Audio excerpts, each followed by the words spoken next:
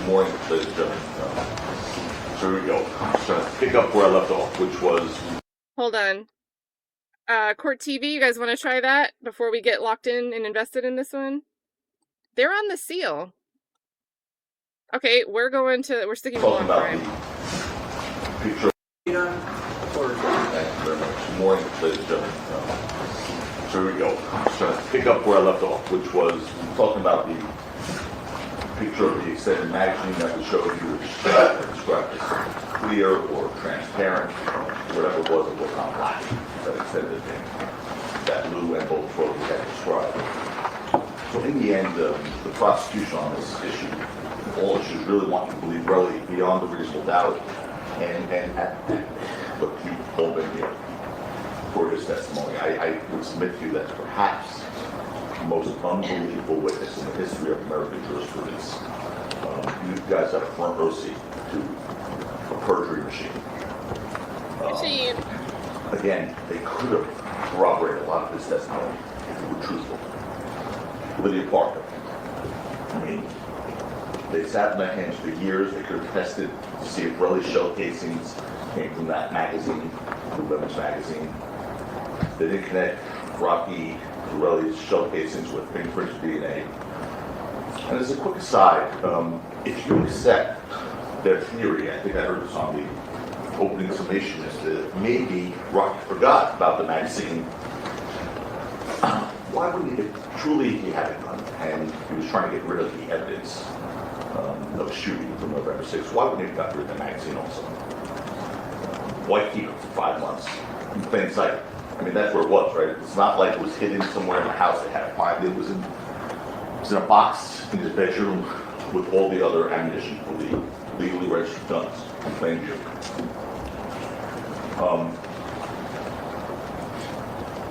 They didn't show you, by the way, the shell casings that Relly claims he recovered at the scene don't match the SIG shell casings found in Rocky's house that belonged to Miss Levin. We had to show you that. We showed you that.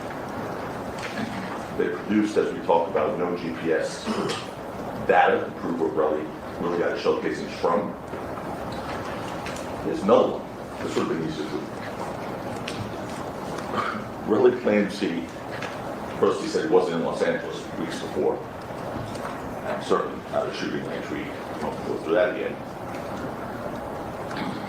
But he claimed he left Los Angeles after being at the shooting range for those 9mm shell casings. And then he came back to Los Angeles 2 weeks later. They failed to prove that. I mean, you just had his word, right? That would have been easy enough to prove. I mean, how about an airplane ticket or anything else that he ever left Los Angeles and flew back, ever?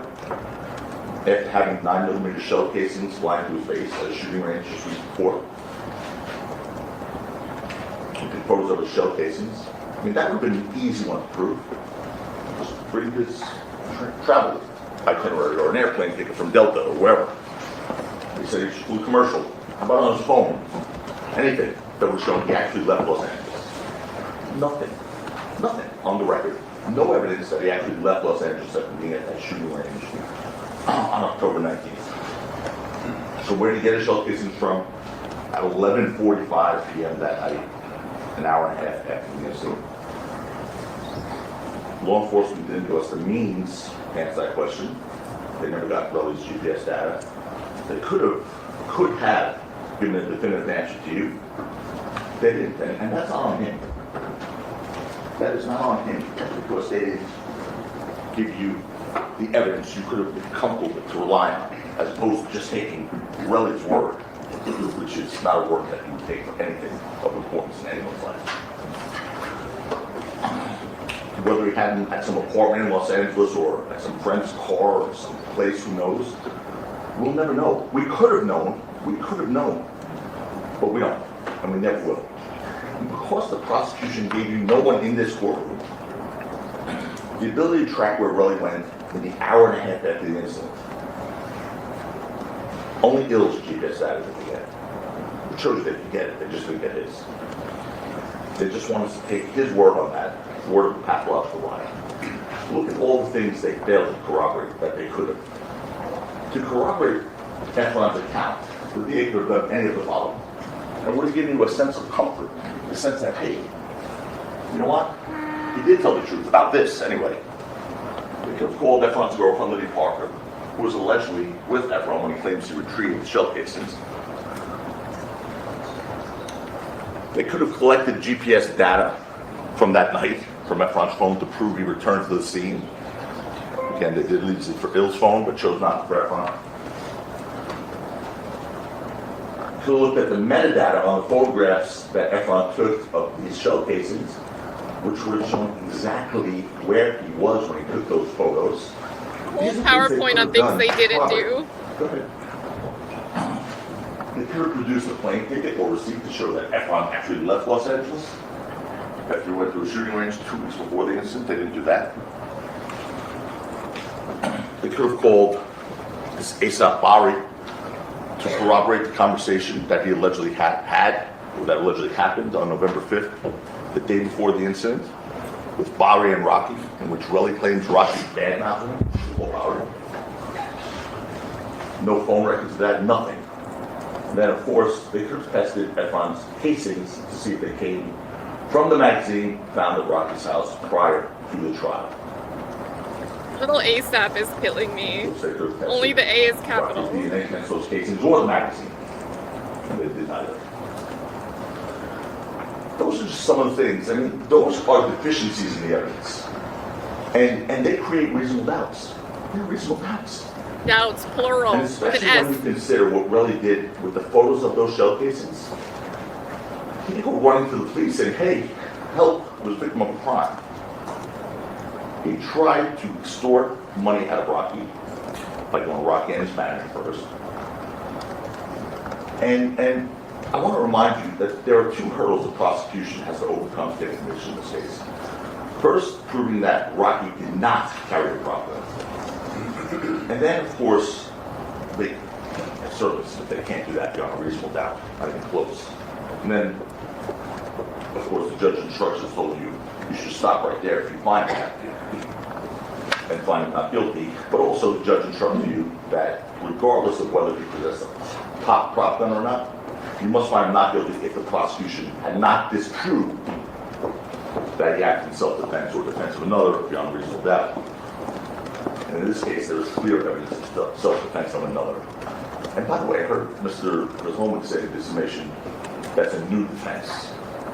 It's not a new defense. We talked about in our summation in our opening statement a month ago.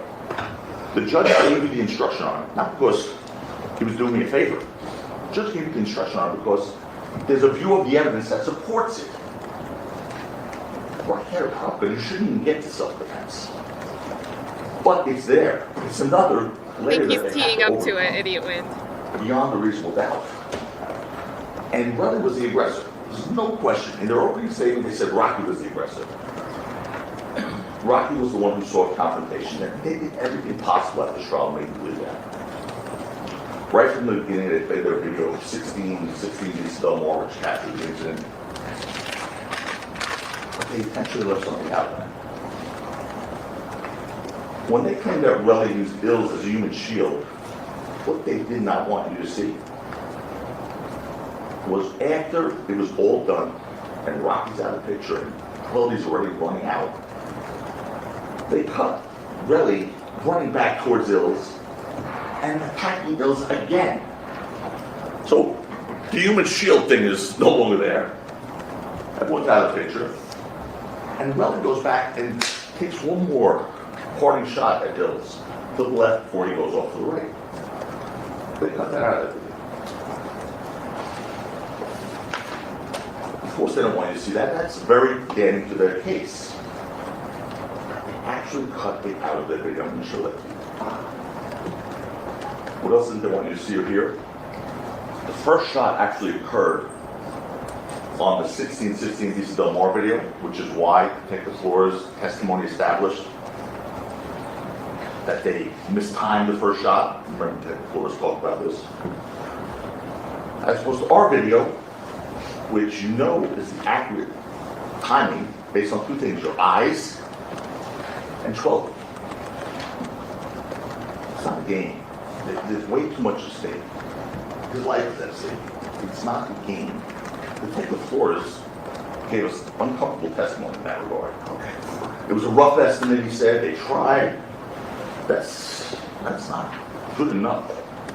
Gave you a living example how their timing was off by a full second. I showed you the video where one thing said 8 seconds, yet the video was 9 seconds. And of course, yeah, it was. But I didn't make it. I didn't make the video.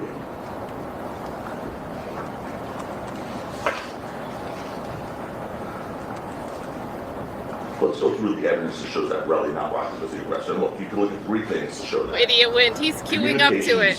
Intent and actions. So I want to just quickly get through that and then move on. But communications, intent, and actions. Let's start with communications. The prosecution wants you to believe that the events on November 6, 2021 started the day before when Relly claimed he was in the car with ASAP Bari and supposedly heard Rocky say, at that end, Relly, I'll beat him up. First of all, I don't think Rocky is going to say he's going to beat Relly up in any lifetime. Over and go. He's not, I think Relly made fun of him, made fun of his manhood, called him some derogatory names. He's not a gangster, he's not. Certainly, he's not thinking he's beating Relly up. And what's the proof of that? What's the proof of that conversation that started it all, that showed Rocky was the aggressor? No text messages, no phone records, no recorded statements, no other witnesses. And of course, the one guy who heard it, ASAP Bari, who Relly said is still good friends with him. They brought him in here. Say, yeah, that's what Rocky said. So we just have to take Relly's word. Just his word. There's so many reasons you can't just take his word on anything. You saw him lie over and over to you. Over and over. It became a joke. It was offensive and a joke. It's not funny. Including about this very issue about being the aggressor you like you are. And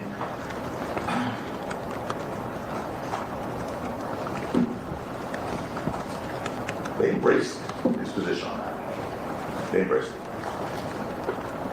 Remember what they showed you in the opening statement? Text messages from Rocky to Relly on the way to the Playboy Cardi concert on November 6th, 2021 at 9:34. WYA is where you're at, where you at. Let's get through it. Stop talking my calls. They showed you this. That's the, I think Staples is at 13. I have that right? Are we getting the deleted? They showed you that. They Who showed you that? believe that these were sinister messages and that Rocky therefore was the aggressor. First of all, you heard from 12-year-old Jamel Phillips who said that there was nothing aggressive about these messages. He heard the calls. They were late for this Playboy Cardi concert, whatever that is, and they were trying to connect with Relly. But what else did you learn? When the prosecution showed you those texts, they wanted you to believe that those were the first messages of the evening of November 6, 2021. What you learned was that Relly deleted the messages before that.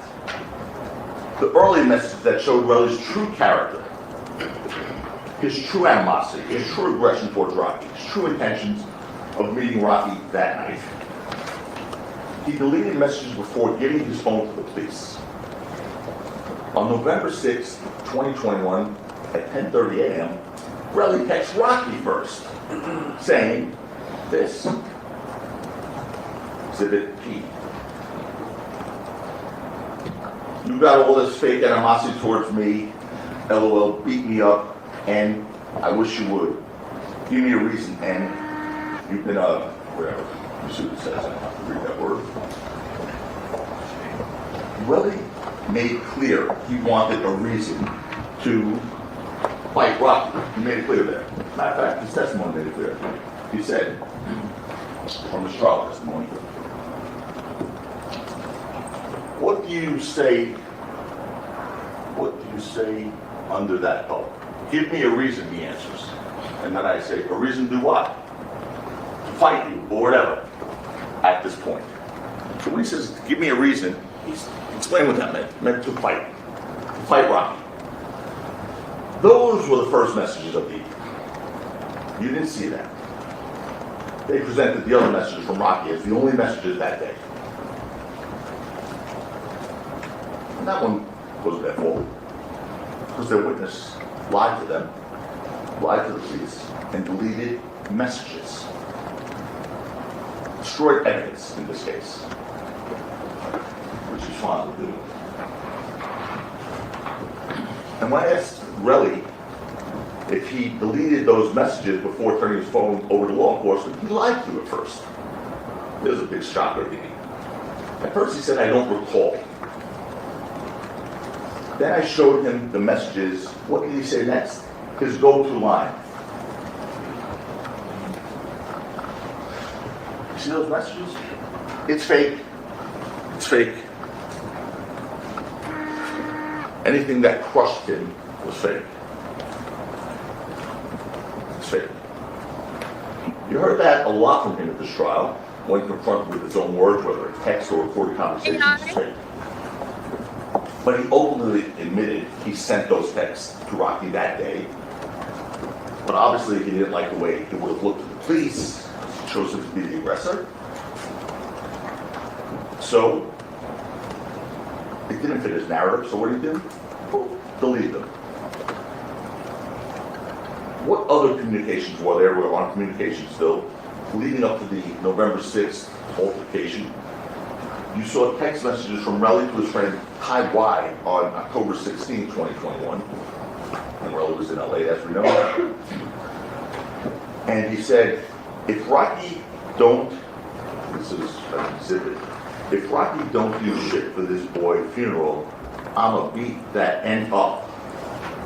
So, he's now threatening to beat Rocky up because he didn't think, you heard what that was all about this ASAP member, ASAP Josh, who passed away. Rocky stepped up and paid for the body to be flown back to New York and the funeral expenses for the family. For some reason, Relly Zone just thought, well, Rocky didn't take care of that. You know, so he worked it back. He did, he learned. So Relly sent that message on October 16th, threatening to beat Rocky up. Of course, when I first showed him that message, they objected. Not sure why that's his message, because they didn't want you to see that. Threatening to beat Rocky up. And why? Why did that not be relevant for you to see? It's offensive. That is offensive. That we had to bring that to you. Relly's willingness to lie to you over and over again without regard to his oath to tell the truth is offensive. When I asked Relly if he sent that message to, if he sent the message about beating up Rocky, he lied again. Falling back on his usual answers, I don't recall. I don't recall if I sent it. So I showed him, and his response, look at his response here. What am I looking at in his text messages? He said, nope. It's hard to read that for you guys. It's hard to read for me. But what he says is, what am I looking at? That text? I don't recall that. I don't remember that. I wouldn't even write that, he said. And that's at the bottom of that red box. I wouldn't even write that. And when I explained to him that the text was given to us from his phone, from the district attorney's office, he changed his answer to, this means nothing. Even if it was okay, yes. I mean, just like that. Just like that. So I don't write that. I don't write like that to, sir, this was given to us from your cell phone from the district attorney's office. Are you saying that's not yours? This means nothing. Even if it was, okay, yes. So in a matter of 5 seconds, he went from, that's not me, I don't write like that, to, oh, they gave it to you from my phone? Okay, yes, it is me. That's perjury, ladies and gentlemen, that's perjury. Again. That's a crime, by the way, perjury. So I then asked Relly, if in that message that he sent, if the N-word in his text message, I'm gonna beat that N up, referred to Rocky. And you know what his answer was? I don't recall. Seriously. How else did it refer the to? message said, if Rocky don't do shit to this boy's funeral, I'm gonna beat that end up. So why did he say I don't recall? Because he knew that that message showed his animosity towards Rocky, it showed his aggression, and it showed his intent. That's why we had to bring that message up to you. We had to show you that. That didn't come on direct. His intent, number 2. Relly's message was made clear he was the aggressor. They give you a little window into his intent. But so does his testimony. When I asked him if he was upset in his belief that Rocky didn't follow through on his promise to pay for SteffJK's funeral, Relly suddenly didn't know what the word upset meant. That's literally what he said. I don't know what the word upset means. So I showed him his prior sworn testimony at the preliminary hearing, which was also under oath. That's a big deal for him. Question: you were upset, right? Answer: yes. So what do you do? Again, you just changed the sworn testimony in this courtroom in front of you as if it were no big deal. Yeah, I would be upset, he said. So the word he didn't even know what it meant a minute ago, he said, yeah, of course I was upset. His oath to tell the truth means nothing to that man. Absolutely nothing. Remember, he told you I could say whatever I want. And he showed me that time again. When I asked him if he was, quote unquote, pissed on November 6, 2021, and he was going to meet Rocky, he once again said, I don't recall. I don't recall if I was pissed. I once more had to confront him with his prior statement to get the truth out of him, this time with a recorded statement to a district attorney, Mr. Siegel. No, Engel. Siegel's your friend. Yeah, Siegel, okay, thanks. Engel. Brett Engel from the district attorney's office back in 2022. And he said, oh yeah, I was pissed. Again, why did he first say I don't recall that he was pissed when he had said it in so many other places over the years, but he didn't want to be pissed. He knows that makes him out to be the aggressor on November 6, 2021. And we were talking specifically about November 6, 2021, when he was pissed.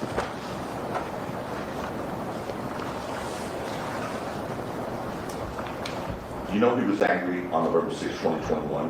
You know, he was now pissed and upset with Rocky.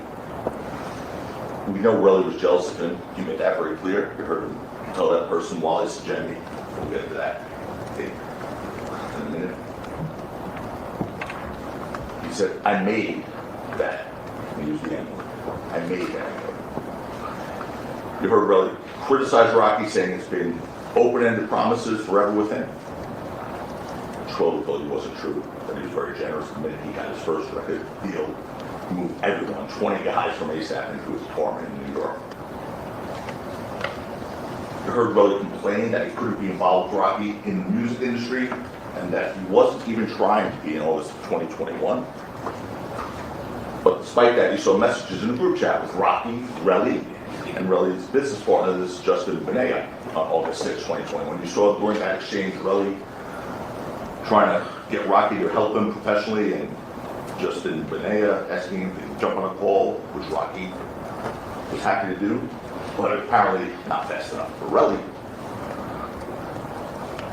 Because he didn't respond fast enough, Relly sent a message to that group chat on August 5th, 2021, saying, exactly, here it is, exactly my point, LOL.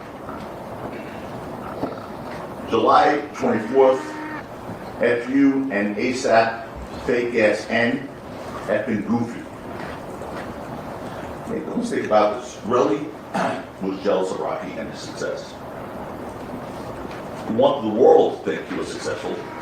I mean, that's why we went through these Instagram posts of his with his lavish lifestyle and his closet of cash and private planes and all the stuff he posted. However, the truth was anything but what he tried to make the world believe. He showed his bank accounts. I mean, he was meant to be a multi-millionaire with $700,000 bank. That was important. And that has to do with his jealousy and his greed. And there's no question he was jealous and angry at Rocky's success.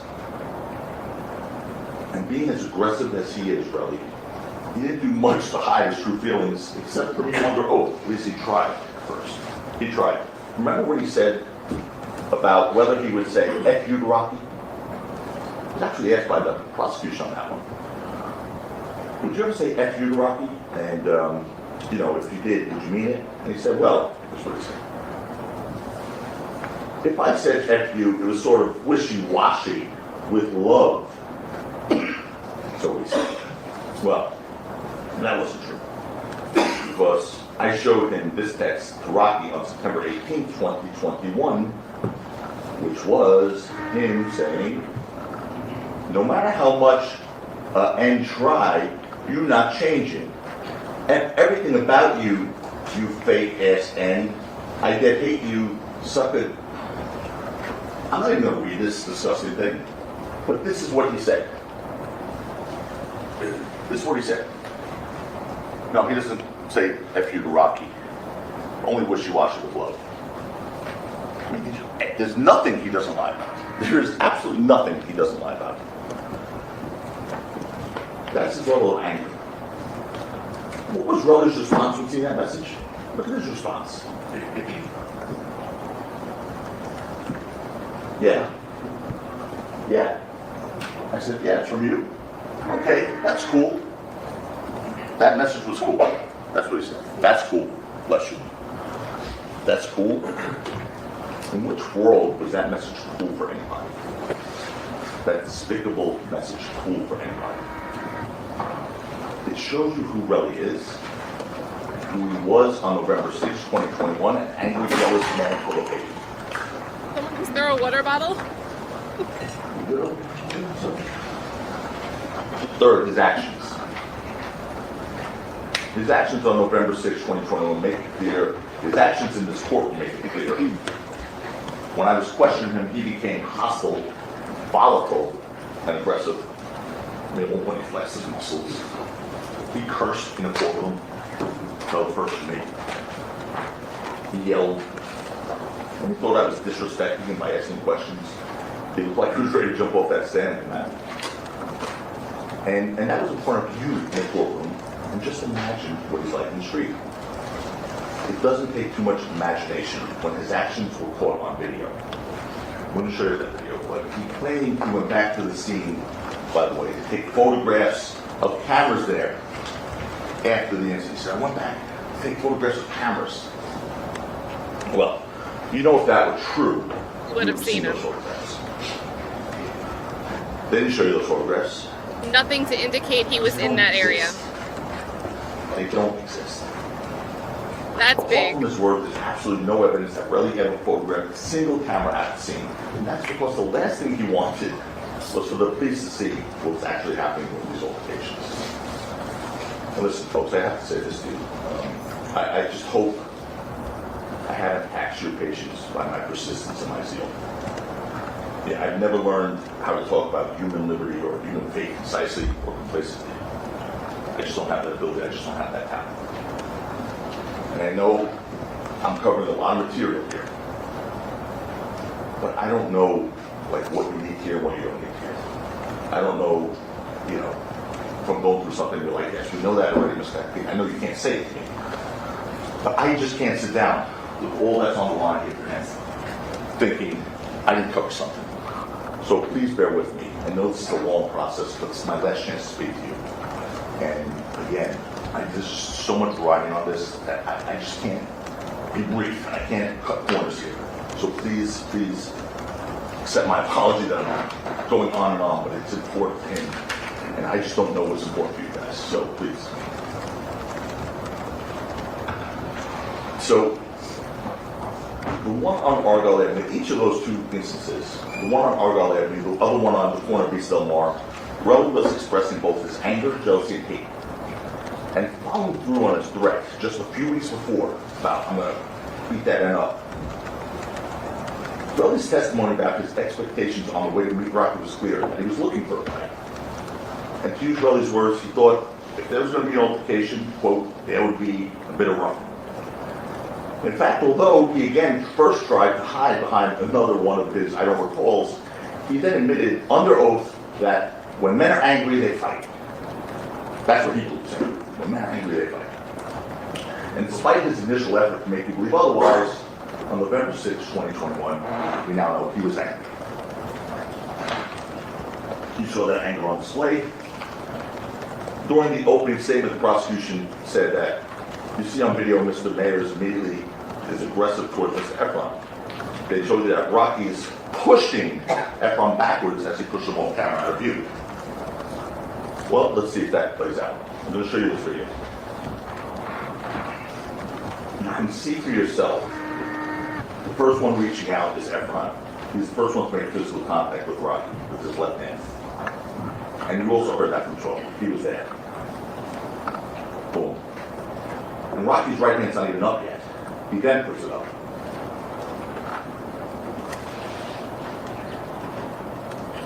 And as Schwalbe told you, consistent with that video, it was Relly who grabbed him first. And in fact, Relly realized his actions in this video were a problem for him. So although he first testified that he was a lefty, while watching himself in this video, he grabbed Rocky with his left hand, he suddenly switched to being a righty. I don't remember that testimony. He said, I'm a lefty, I'm a righty. You could always ask for a readout. He switched from being a lefty to a righty. He said, I can see I was stopping a little. Like I said, I'm a lefty, I'm a righty. But your left hand or right hand is not one of those things you forget. It's not one of those things you mix up. Why lie about that? Why try to minimize? Because the video showed him doing that, what you just saw, being the first aggressor, the one to make contact first. And despite the prosecution's promise about that video, it does not show Rocky as the one who is the aggressor or immediately grabs Relly. It doesn't. And what else does it show you? It does not show you the prosecution promised it to show you, which is Rocky pushing Relly off the screen. It shows the opposite, and I'm going to show you what I mean. You've all seen and heard about how much bigger and stronger Relly is than Rocky. Okay. Not a fact in dispute. Consistent with that, Schwalbe told you that Relly was pulling Rocky off the screen. But you know who else told you that? Relly told you that. He told you I was pulling. That's his testimony. For his standard operating procedure, when I first asked Relly if he was pulling Rocky back, he said he didn't recall, he didn't know. Then, after being impeached with his prior testimony once more, he heard his answer.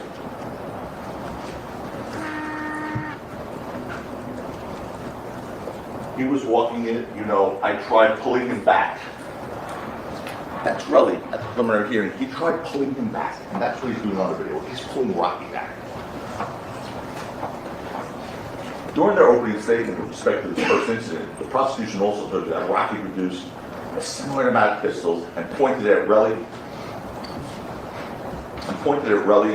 and said, I'm going to kill you. Let's break that down and see what the evidence really shows. First of all, the object was not a similar amount of pistol, it was a prop gun. That's pretty clear from the evidence, not only witness testimony, the fact that there's no evidence of a shooting at all. But beyond that, Rocky certainly did not point at Relly. The video shows that, and Schwalbe told you that. In fact, based on Relly's own testimony, the object was put away when two people walked by on the street. And as a result of that, whatever Relly claims Rocky did with it, while they were off camera to the right, meaning inside that parking garage, that's a problem for them, because they were off camera in the parking garage for only seconds. Only seconds. Not long enough for Relly to just happen to him what he described happened. What does the evidence show about this? That he, again, lied to you, changed the story about what happened in that insert of the parking garage that's not on camera. He testified here, he said, Relly said that Rocky just pointed the object at his head and his stomach. Nothing more. He denied here that there was any physical contact with his body and the object. He denied that. But when he spoke to the district attorney about this in that prior recorded statement in 2022, he gave a completely different version. He said that Rocky actually pressed the barrel of the gun against his stomach and pushed. Why a different version of this courtroom? Because when we talk about this, when you're lying, sometimes you just can't keep it straight. the truth never changes. In that regard, remember what Relly first said to the desk officer, Kirk Anderson, one of the last witnesses for the prosecution, maybe the last, when he reported this incident on November 8th, 2 days later. Officer Anderson told you that Relly said Rocky pulled out the gun from 5 to 10 feet away as he was approaching. We know that didn't happen. And that's 2 days later. There you go, 5 to 10 feet away. The video doesn't show that happening, but of course, Relly first reported this incident. He didn't know that there was video. In other words, Relly could not say whatever he wanted to say, as he thinks. But it didn't stop him from trying. Then he said that Rocky said during this incident, I'm going to kill you right now. That was his word to you all. I'm going to kill you right now. Now, folks, if someone says that to you, you're not likely to forget those words. That's going to be in your mind's eye for a long time. I'm going to kill you right now as they're pointing the gun. You're not going to forget them if they are truthful. If they're truthful. But when I confronted him with his prior statement to the district attorney recorded, so it can be fake. Only a year after the incident, in 2022, not 3.5 years later, like his trial testimony, only a year after,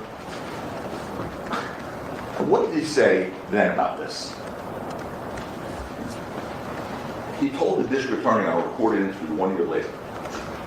And then Rocky's like, he's saying something I don't remember because it was like a long time ago, and I don't remember what he was saying. First of all, it was a year later, and that was a long time ago. 3.5 years later, he remembers giving a death threat.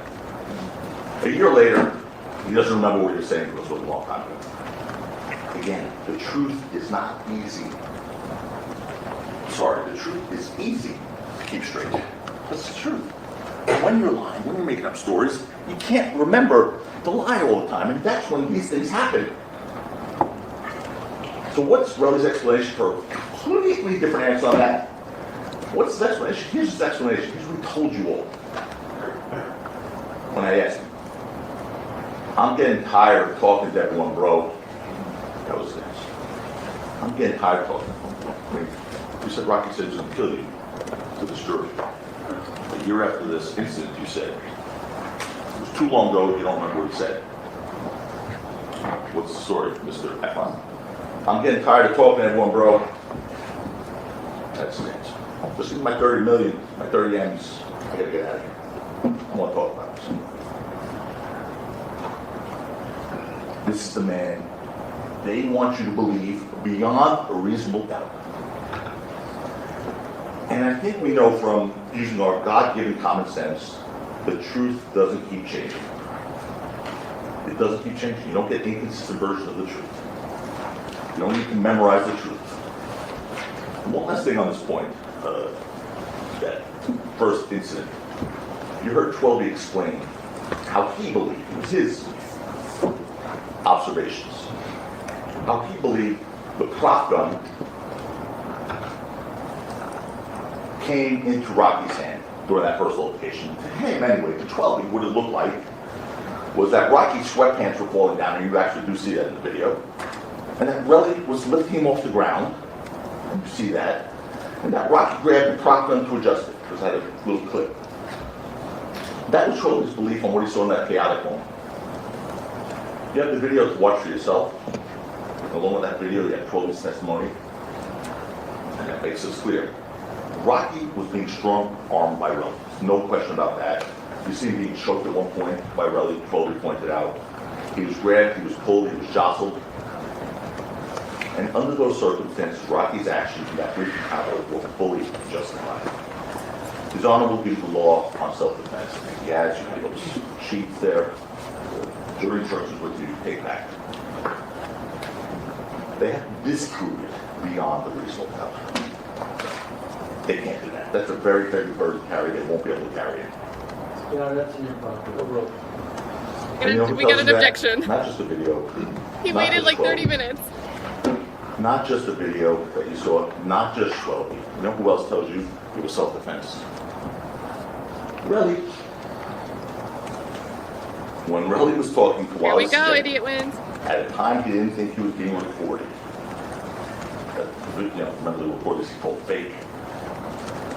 Here's what he said. He tried to chest bump me. He tried to chest bump me and then pull out a gun for self-defense. Well, so the guy wanting 30 million, the quote-unquote complaining witness in this case, the victim, is saying he pulled out a gun for self-defense. But somehow you are supposed to believe it wasn't in self-defense. That's his words. That was 12's words, and the video shows that. That's it. That's it. Their own so-called victim saying Rocky acted in self-defense. How could they prove otherwise beyond a reasonable doubt? They cannot. One last thing on this one. You watch the video. Rocky held the prop in his non-dominant left hand. Her testimony, Rocky's right. The entire time, this is his left hand. Obviously, it was never meant to be more than anything but a deterrent. That thing is in his left hand all the time. Now, unfortunately, Relly wasn't deterred there. We heard about that after the first incident. You heard what happened. He followed Rocky, 12 Hills, all the way down to Argyle Avenue, around the corner to Selma, and then to Vista Del Mar. Of course, when I questioned Relly about whether he followed them, he told you that he didn't. His answer was negative. Negative. So I tried to impeach him with his prior testimony, asking him whether he just said it was incorrect that he followed him. Then what did Relly do? He became belligerent with me, asking me, when was that? What are you talking about? Because you tripped me. Like, I don't understand. That was his answer to me. Relly understood full well what was happening. They understood full well what was happening. Because when I tried to question Relly about this, there was an objection saying that the word following was vague. Following was vague. Anyone in this courtroom not understand the word following?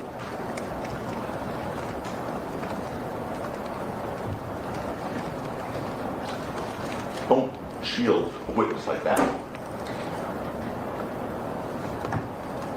Relly said that previously under oath. They knew that.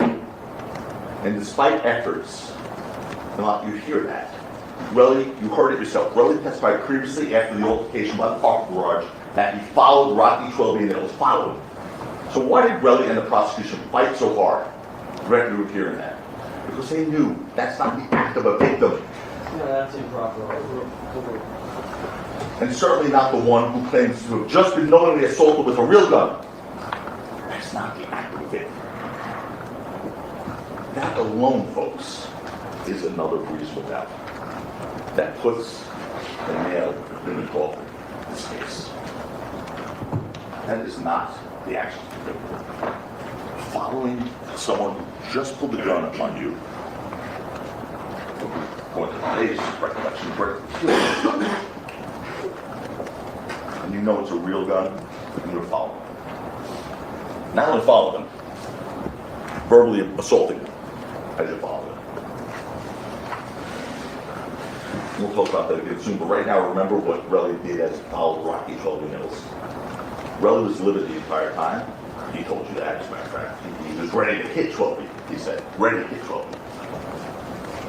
But only after answering, this is my favorite, honestly. Were you ready to hit 12? Correct. The court said, yes, no, I don't remember, I don't know. The court was giving them options. The witness. The witness's answer was to, are you ready to hit 12? Was, yes, no, I don't recall. I don't know. Yes, no, I don't recall, I don't know. So, this is a game. Again, I remind everyone. Hello, law and crime. This is their only complaining witness, their only witness to the events of that night, taking the witness stand, making serious accusations against somebody that have serious ramifications. You need to and get to assess his credibility. This man can give you a straight answer, not without having pulled from him, not without having the court admonish him. I mean, do you remember this one? He's telling me what to do. Literally was telling me what to do as I'm trying to question him. That's why he was on the witness stand for 5 days. And the court one point said, no, don't tell Mr. Tacopina what to do. His job is to ask you questions. Your job is to answer questions. The That judge's was instructing me transcripts to the how jury. I should ask, or what I should be doing on the witness while I'm questioning him, as he's on the witness stand. In any event, Relly openly admitted that he was ready to hit 12. And after initially denying it, Relly also admitted he told the district attorney on 2022 that he hated ills. Here we all loved ills, I told you. He told the DA 1 year later, I hate ills. Hate. So with that hatred festering in him, he followed Rocky, 12 and ills, and he screamed it all. And why did he do that? Why did he follow them all? Remember what he said about that? Because 12 put a knife away. That's why I followed him. First of all, that doesn't make sense in any world. According to Relly, he decided to follow someone who he claimed had a gun and threatened to kill him because he saw a knife being put away. That's why he said he followed him. That defies common sense. Second, you heard from Officer Anderson, who testified in the trial at the end that he was the guy who was lucky enough to receive the RLF on November 8th, Plastic bag. 2021, and heard him say, well, he never mentioned anything about a knife when he first reported this to the police. Never. In fact, according to Officer Anderson, Relly told him that 12 actually tried to de-escalate the situation. That's what Officer Anderson said Relly told him 2 days later. And third, beyond that, you heard from 12 himself. And he told you it wasn't true. He didn't carry a knife. And who are you going to believe? Is there any real question about which of them is more believable, Relly or 12? You have to assess their credibility. Their credibility is based on everything. The way they answer questions. Did they get caught in lies? Were they impeached? Were they inconsistent? How was their demeanor?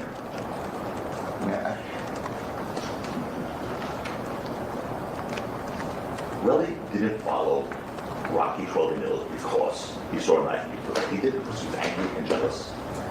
He did it because he wanted revenge. You heard what he was yelling at as he was following him. He told Ills he was a crackhead.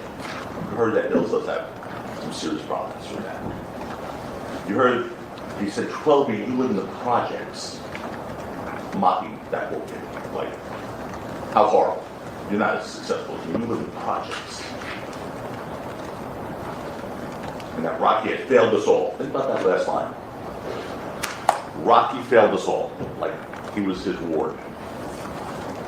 That last line shows you there's no question of his anger and resentment. And the second altercation, and those negative feelings came to a boiling point when Relly and everyone else reached that corner of East Del Mar. According to them, when they reached the corner of East Del Mar, Rocky just turned around and started firing. For no reason. He just started firing. And then Relly used Ills as a human shield, he said. The evidence shows you that's absolutely not what happened. The entire time that Relly was following Rocky was trying to get away from him. He was verbally assaulting Rocky. Rocky never said a word. Not a word, you heard that. Relly even told you that, 12 told you that. He was just the first one walking away. It was Relly who was acting crazy and screaming according to 12. So why would Rocky suddenly go from 0 to 100 for no reason at all, just shoot him? He wouldn't, he didn't, and it doesn't make sense. But what does make sense is what you saw for yourself on the video that we're going to show you again. And what do you see for yourself on the video? What 12 explained. That Relly was looking for a fight, as he already said. That he attacked Ills. And that Rocky fired a warning shot with a prop gun in self-defense and defense of another. And the prosecution played you a video called the sequence surveillance video. I'm going to show you that video again. Which placed the first shot from 6200 Hollywood Boulevard video over the 1616 East Del Mar video. Before Relly grabbed Ills. That video placed the first shot before Relly got this. Oh, chat, we talked about this. That was meant to be staged. Because that did not happen that way. That's not what happened. You heard from Detective Flores on this. That sequence surveillance video, that's what it was called, sequence surveillance video, it was made by hand. Show the splicing. Bouncing around there. And it was a rough approximation, his word, rough approximation of what happened. Rough. Where every second here counts. That's a rough approximation. So when you try to put the sound into the video, it was a rough approximation. No. Rough approximation is not proof beyond a reasonable doubt. Detective. He also told you the first shot depicted would have actually occurred at a later point if the 6200 Hollywood video was fast. And what did we see the other day when he was testifying, when I cross-examined him? We looked at that video in real time, and it was really fast. It was fast. Like the floor said, oh yeah, one thing says 9 seconds, one says 8, you're right. So we know the sequence surveillance video is wrong. In fact, the detective Flores at one point distanced himself from it. And he said, I was the one who made it. I didn't make it. Well, who did? I don't just believe Detective Flores. I know he didn't make it, but who did? Where did it come from? You were never told that. No one told you how they made it. That rough approximation, that turned out pretty wrong. We just threw it together, hoping that would be sufficient, and then we'd all accept that as the video with the sound, and that's the time. Hoping no one would notice the catch. We did. That's what they're trying to pass off as evidence in a crucial issue in this case. Did Rocky fire before or after Relly lunged at Hills? Because that fact changes Rocky's mindset at that moment. The prosecution wants you to believe Rocky shot first. For no reason, just out of the blue. And that Relly then dove for Hills as human shield.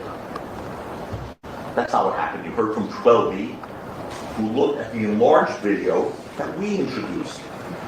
The one with the first shot happening after Relly lunged for Ills, after Relly hit Ills multiple times. And 12B told you, he narrated that video what actually happened. You have your eyes, you see his arm go out with that first shot. And that's when the first shot is. It's well after Relly's in full-blown attack mode on Ills.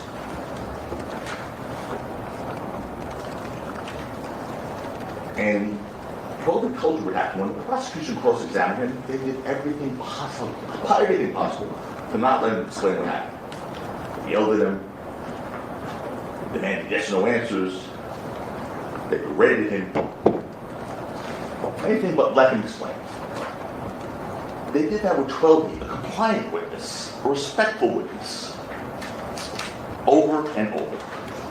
But when I asked questions of Relly, I got speeches, insults, not answers, but I didn't cut them off.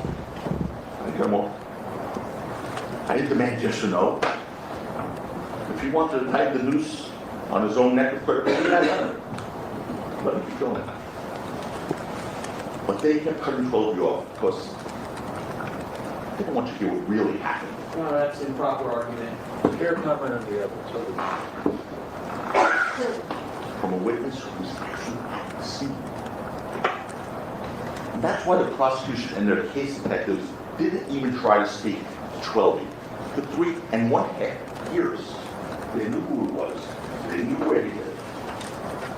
3.5 years, they didn't try to speak to 12B. Yeah, two weeks before the trial started, or no, sorry, not even. As the trial started, they asked in court with the judge, do you want to speak to us? He was like, nah, I'm good. Okay, the trial had already started. He was a witness. 3.5 years, they didn't even think to reach out. But they tried to make it think otherwise.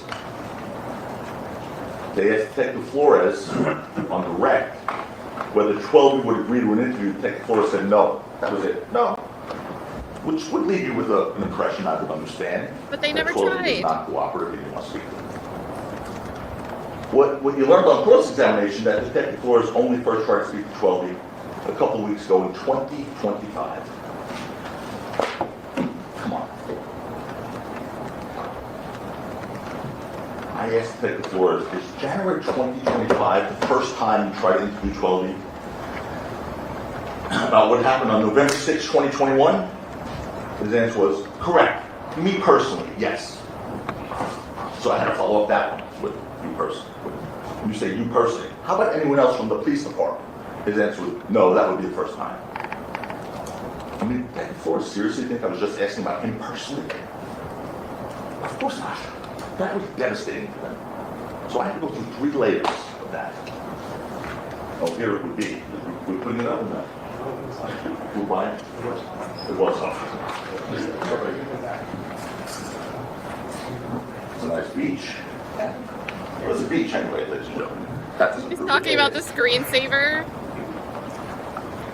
Okay, that's so just so no one thinks I'm just saying, yeah, that's what he said. 12 would agree to be interviewed by you, and you said no, he wouldn't. Remember? Yes. Are you referring to 2 weeks ago in court here? Yes. Is that the first time you tried to interview him? Yes. So in January 2025 is the first time you tried to interview 12 about the incident that occurred on November 6, 2021? Correct.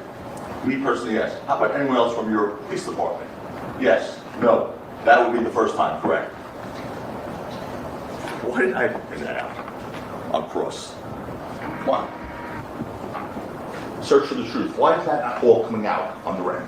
As opposed to leaving you with the impression, if I decided not to get up and cross-examine, or I was asleep, you'd be left with the impression, fairly, that 12 was not compliant, he wasn't cooperative, he didn't want to speak to me, he refused to be interviewed. That's not the case, as you see.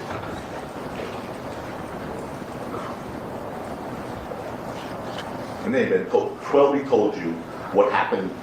His testimony is consistent with what's seen on that video. Look, that's defense exhibit TE, and I will say this, thank God there's a video. Thank God there's a video, you still on. Before you play it along. When I was listening to Mr. Brisloma's summation, the first summation that they get, it was as if he never saw this video. This is the exact right time of what happened. Based on the video, based on Chloe's testimony, based on the Detective Flores saying that their video was a second too fast. You see really thrown haymakers in this video. Haymakers is an expression, just punches repeatedly. Let me show it to you. Then Mr. Brisloma said in his opening statement, in his opening summation, that I said in my opening, that I promised you I was going to bring in pictures of ills to show you. Ladies and gentlemen, I don't make promises I can't keep. I promise you, I never said that in my opening statement. As a matter of fact, they get to go again. I will not object if they put my opening statement up. No, that's improper. It's sustained. Show me anywhere where I promised pictures of ills. I never did. But that was argued to you yesterday. And why would they take pictures of Bill's bloody lip on November 6, 2021, just in case it was a trial in 2025? Good point. Okay, let's watch that defense exhibit EE. You'll see everything Trolley described in the video. That Relly acted as the aggressor, that he repeatedly hit Bills. Only after that, Rocky tried to defend Bills by firing the first warning shot. Sergeant Cook sort of suggested on his body cam. You see his arm extending to fire the props when you hear the sound. It's clear and obvious. You had a live witness who was also there. Let's look at it now. This is the REE.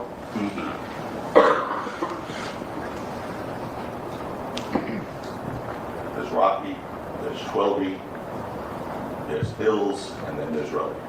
And you see him going after, then boom. Second shot. You see Relly's still going after Hills. still going at Hills. Rocky's gone. 12 is about to go. Hills is stuck in the upper left-hand corner there. Watch Relly go back after him one more time left before he goes right. Hills is running away, he falls. And then Relly goes off to the right. Now, we have to break that down and go a little slower. It's very fast what happens. Again, guys, when you're deliberating, you get to see this. Fit as many times as you want. Back in the room with them? Or? Yeah. Is it what? Does this get to go back in the room with them? Video? Yeah. Oh, good. So we won't know. So that's going to be a little different. You know, some trials, they have to come back out in the court and watch certain media exhibits. And it seems like it's a juror question. So we get to know they're looking at it. But since they'll already have this back with them, we won't actually get an indication, oh, they want to see this video clip replayed or they want to see it in slow motion. So just so you guys know, they're going to have this back with them in deliberations. As long as you want, as slow as you want, as fast as you want. But look, that didn't stop Relly. I'm not telling you yet. What you see is him repeatedly hitting Hills, move towards Schwelby, and try to hit it. And look, you see Relly literally cocking his arm back and slugging Hills. I'm going to try and show it to you here. I'm going to get that pointer. I'm going to sit in this chair so I don't block you all in the back. Can everyone back there see? Yep, and the big head. Okay. Wow. Be gentle on the screen. There's Rocky, there's 12B, there's Hills, and there's Relly. And boom, he's going after him. Look at him, he's tussling him. There's the first shot. There's the second. And look at his arm going back and forth here. Can you go back for a second, Dennis?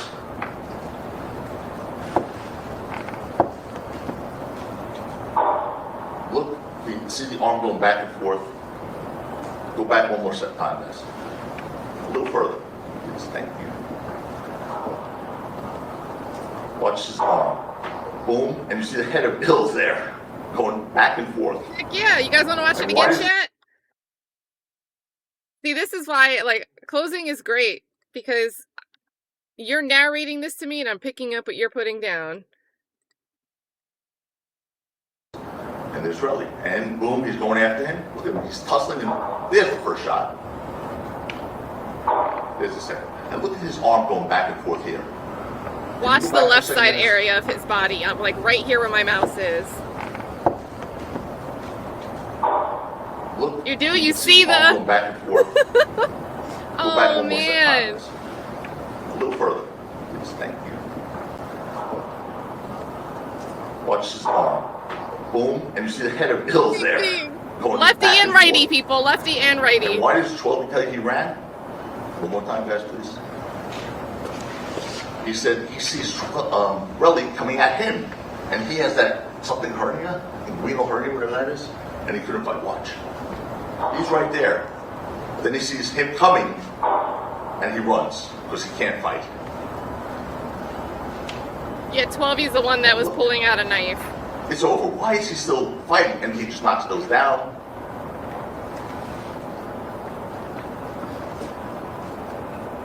DA cuts off this part. Boom. One more. Good graces, and then he goes to the right and leaves. Well, the good news is you get to take that back in the video. The jury room, I know that. So that's good. You can see as many times as you want. And you can figure out if he's lefty or righty. Stop it wherever you want. I encourage you to do that. That's defense exhibit EE. That's the right time. If you see, Jack, we do one more time, just that shot hard.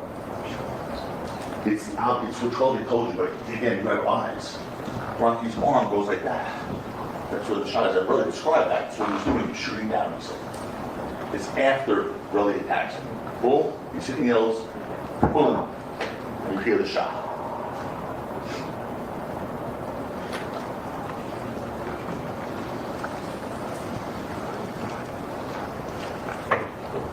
Ladies and gentlemen, there's no real question that Relly was the aggressor here. The video from 16 Visa Del Mar makes that perfectly clear. Perfectly clear. The real video, not the rough one that was off by a second, that makes the shooting all look ridiculous. I mean, their video, you hear a shot, and then Rocky shoots. That's the video that captures what happened. 12 narrated for you, your eyes can tell you. You He wasn't using Ills as a human shield. He wasn't underneath or behind Ills. He was on top of Ills.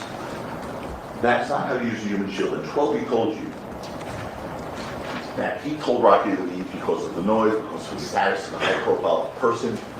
And Rocky ultimately left, but still, after that, Relly continued to attack Ills. They, as mentioned to you, they cut off their video, so you didn't see that anymore. Hopefully, no one will know. So let's play their video real quick. Can we play that?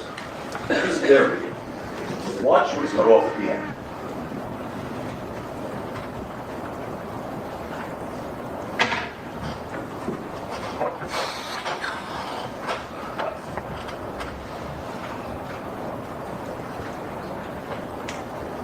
Rocky's going.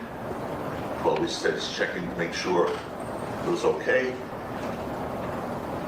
Then he runs. That's it. 1616 Vista Del Mar. 1616 Vista Del Mar is cut off. Go back one more time, just where it gets cut off. Combined surveillance video. That's the one.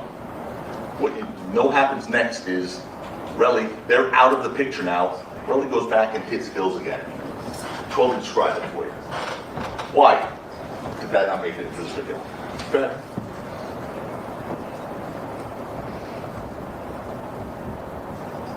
Boom. Because I think this chair is through. There's a nail sticking out, by the way. There's a nail in the chair? That wasn't me. I know that wasn't you, John. That one I don't think. Is there a bill I can send for this suit that you sent me? Literally, there's a nail sticking out. Anyway, don't worry about it. Don't be sitting there. Okay.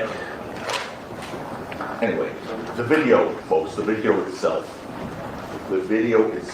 by itself is reasonable doubt. It's a reasonable doubt in this case. Another reasonable doubt. It just makes clear that their case does not hold water, that Relly was the aggressor, that Rocky acted justifiably in self-defense bills, even though he was carrying a prop gun, because Ills would be dead. That was a real gun on that second shot.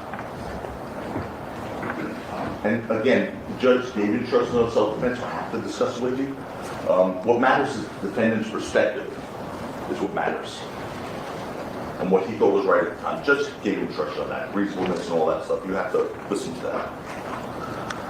The prosecution must prove beyond a reasonable doubt that he did not act reasonably, Rocky. It has to prove beyond a reasonable doubt that he did not act in self-defense of another. If you have any questions in your mind as to whether he acted in self-defense or defense of another, if you have some doubt or some concern that he just may have acted in defense of himself or another, you have to stop. Not guilty. It's a statement of the law. It's true. Does it say you are? Yeah, it's I'm sorry? what you said, it's not accurate. Here's a jury instruction that's already been given to you, and this applies to everybody. You must follow the law as I explained it to you, even if you disagree with it. If you believe that the attorney's comments on the law conflict with my instructions, you must follow my instructions. But I think I understand what Mr. Lewin's objection was. He actually was right. I said some doubt. It's not some doubt. It's a reasonable doubt. That is right. It's a reasonable. Okay, there we go. Thank you. No swap. So if you have a reasonable doubt that he may have acted in self-defense of another, you have to stop. It's horrible. Okay? And the judge, again, will define to you what that is. Even if you get that far, because you should, because the evidence is so overwhelming, that was wrong. If there's a possibility he acted in self-defense, you must find him not guilty. Rocky, now we've got to address this. Rocky didn't testify in this case. When you heard the judge's instructions about that the defendant has a constitutional right not to testify, we spoke to somebody in jury selection about that. And that decision is not to be considered during your deliberations. With that said, during your deliberations, keep in mind that there was nothing more actually said than what was already explained to you by both our witnesses, who were berated and yelled at for a long time, hours. You heard from 12B, who explained what happened that night, and Rocky carrying the prop gun. You heard from BluEyed, who explained how Rocky got possession of the prop gun, why he carried it, and where it went. There was really nothing more, aside from the video, 12B and Lou, for Rocky to have added to the truth about what That's an happened. improper argument. System.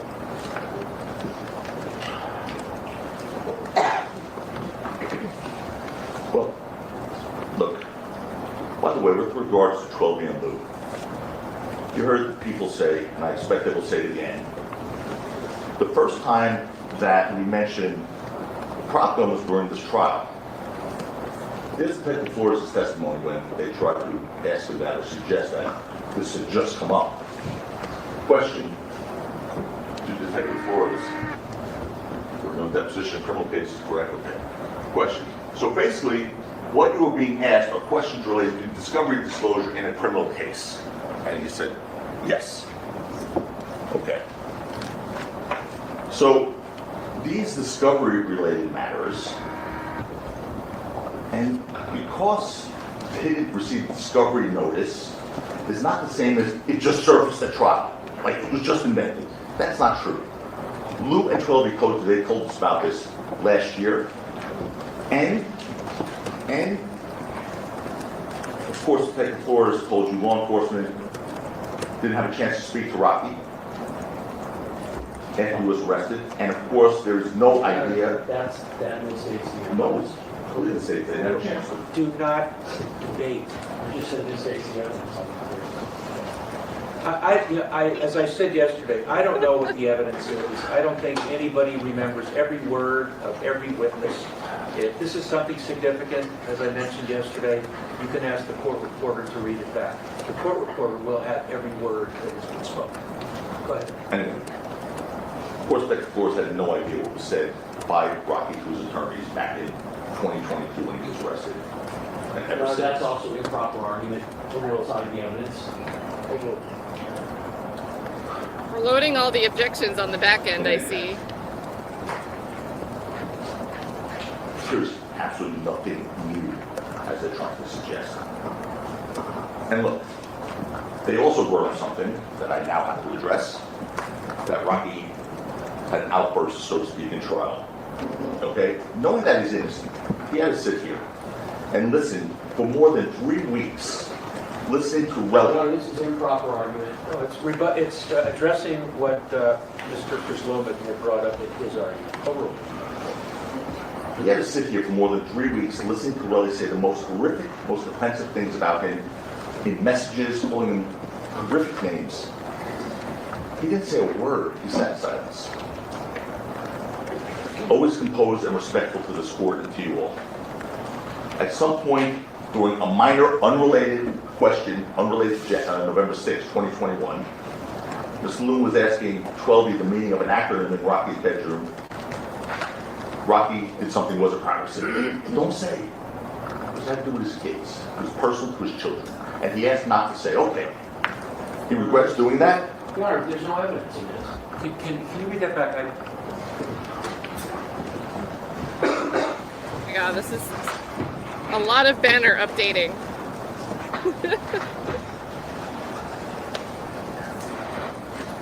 Mr. Leon was asking 12B the meaning of the acronym. And Rocky did something that it was private. Said, don't say it. It had to do with his kid. It was personal to his children. He asked him not to say it. That's it.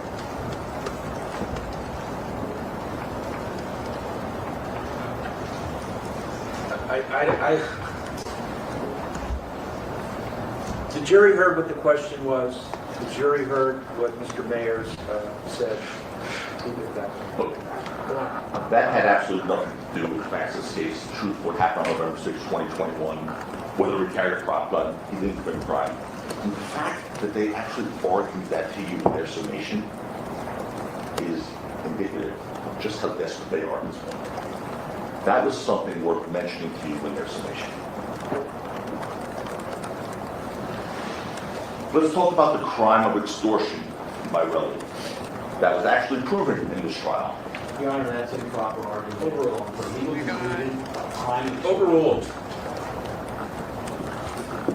That's why Rocky told Relly in a text message that night, go to the police. Go to the police. But Relly didn't, not until he got civil lawyers 2 days later, because it was never his intention to go to the police. You heard that loud and clear.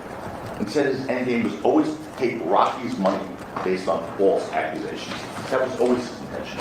And that's why that night, instead of getting the police involved, Relly, according to him, with his shell casing that he claims he found, texted the photos of his shell casings and knuckle scrapes to Rocky's manager, John Heyman, saying he was going to be rich. And that following message was sent to his own business partner, Justin Benea, saying, I want to get this end's money. Within minutes. That was in his mind. And you heard Relly complain in bitterness how Rocky didn't give him opportunities. So when the opportunity presented itself on November 6th, 2021, Relly jumped all over. Right from the beginning, Relly tried to get Rocky's money. Right from the beginning, without going to the police, without even going to a civil lawyer.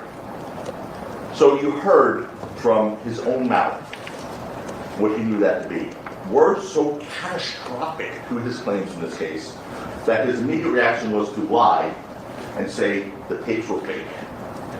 Fake! Get those away from me. You'll tell me Nora. Fake! Look. So you called him because we were presenting fake evidence to you? Yes or no? I don't know, man. This is something, wonderful.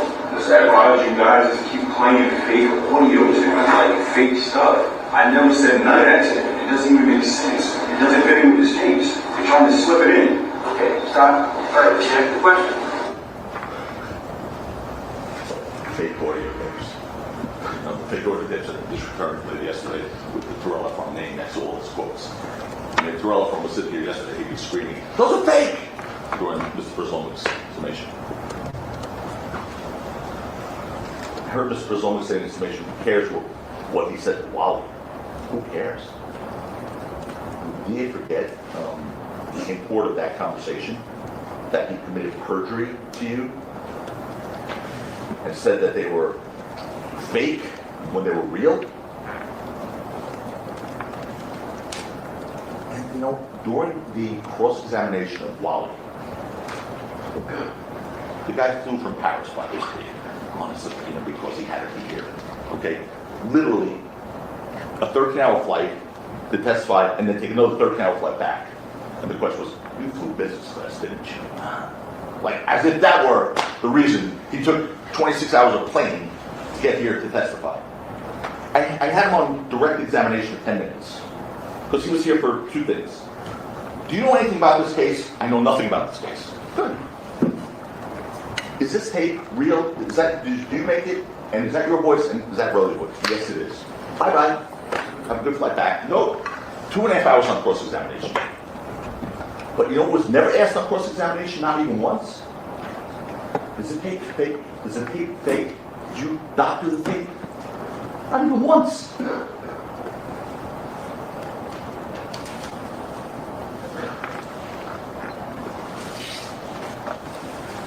By the way, the tape they spent, I don't know, the portion of decimation playing for you yesterday, we provided to them. We provided them that tape. That they think it's so helpful to them. They know those tapes are death. Death to their case. First of all, the main witness once again committed perjury on a most important issue in this case. Say it, chat. Those are fake. He said fake. Get those away. He's a He clown. shooed Sarah, remember? Those tapes are death to Relly's claim and his credibility in their case. As Wallace and Jimmy made clear that anything but fake, you heard Relly tell him that you ask for a bag without a lawyer, bro, it's called extortion. You know what I'm saying? You ask for a bag without a lawyer, bro, it's called extortion. You feel me? But that's exactly You what do everything accordingly. That's exactly what Billy did. Because he didn't have a lawyer until November 8th, 2021, after he already tried to ask for money from Rocky and his manager. And after Billy lied about what he just told Wally Sajemi, we called Mrs. Sajemi just to establish the authenticity of those recordings. Nothing more. He knew nothing about this case. And because of the evidentiary rules, we were only allowed to ask Mrs. Sajemi about statements that Billy denied making. No, that is untrue. So we had those 5 questions that we had asked him. Did he say this? Did he say this? Did he say this? That's the prosecution played other parts of the recordings afterwards. And it was not a gotcha moment. It's repeating those things. At the time of their discussions, remember this, the Wally Sajemi discussions, that was in 2022, after Rocky's arrest already, after he filed his civil suit. Well, they were about the events of November 6, 2021. They were of no significance at all what Relly said to him at that point regarding November 6th, at all. Because he had already been arrested, Rocky. Relly had already been telling his story for months. His fabricated story for months. So that he said it to Wally on a tape makes it more true. If you tell a lie 100 times, it doesn't make it more true. So in an effort to give weight to that story about the incident, those recordings, they played. Rocky was already arrested and he had already had a civil suit, claiming permanent disabilities from a bullet wound, and he needs $30 million. That was his story by then. Big deal, he said to Wally, in part. He still had no qualms lying to Wally at all on those recordings. When it suited him, of course, telling Wally that he was a millionaire and he made Rocky's career, that was on those recordings too. That wasn't true, neither of those things. But when Roby didn't lie about, however, what he didn't lie was about his intentions to take Rocky's money, which is why he falsely said the recordings were fake. He knew what was coming. And he just said, if I say they're fake, they can't play them. They're fake, get those away from me. Tell the words, get away from me. So Wally Sajemi was an IP guy who came for one reason, authenticate tape, period, end of story. Time check, post it. First question. Look at your screen chat. Look at Alex at the time check. Authenticate tape, period, end of story.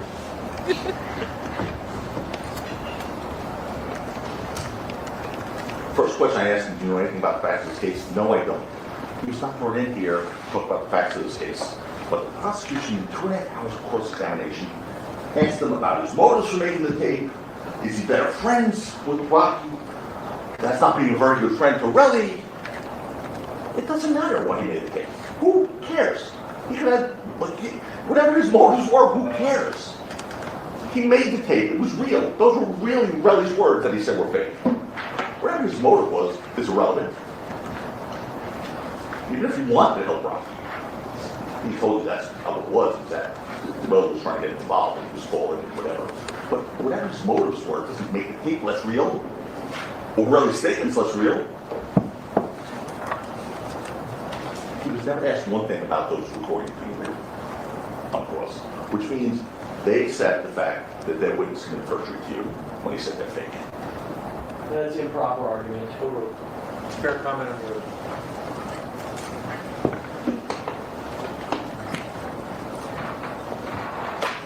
That Turn. and especially to you, the jury, trying to make a decision of such importance in this case, it's a lot on your shoulders. That should be, you should be offended by that, I would say. So what did Relly tell us on those messages?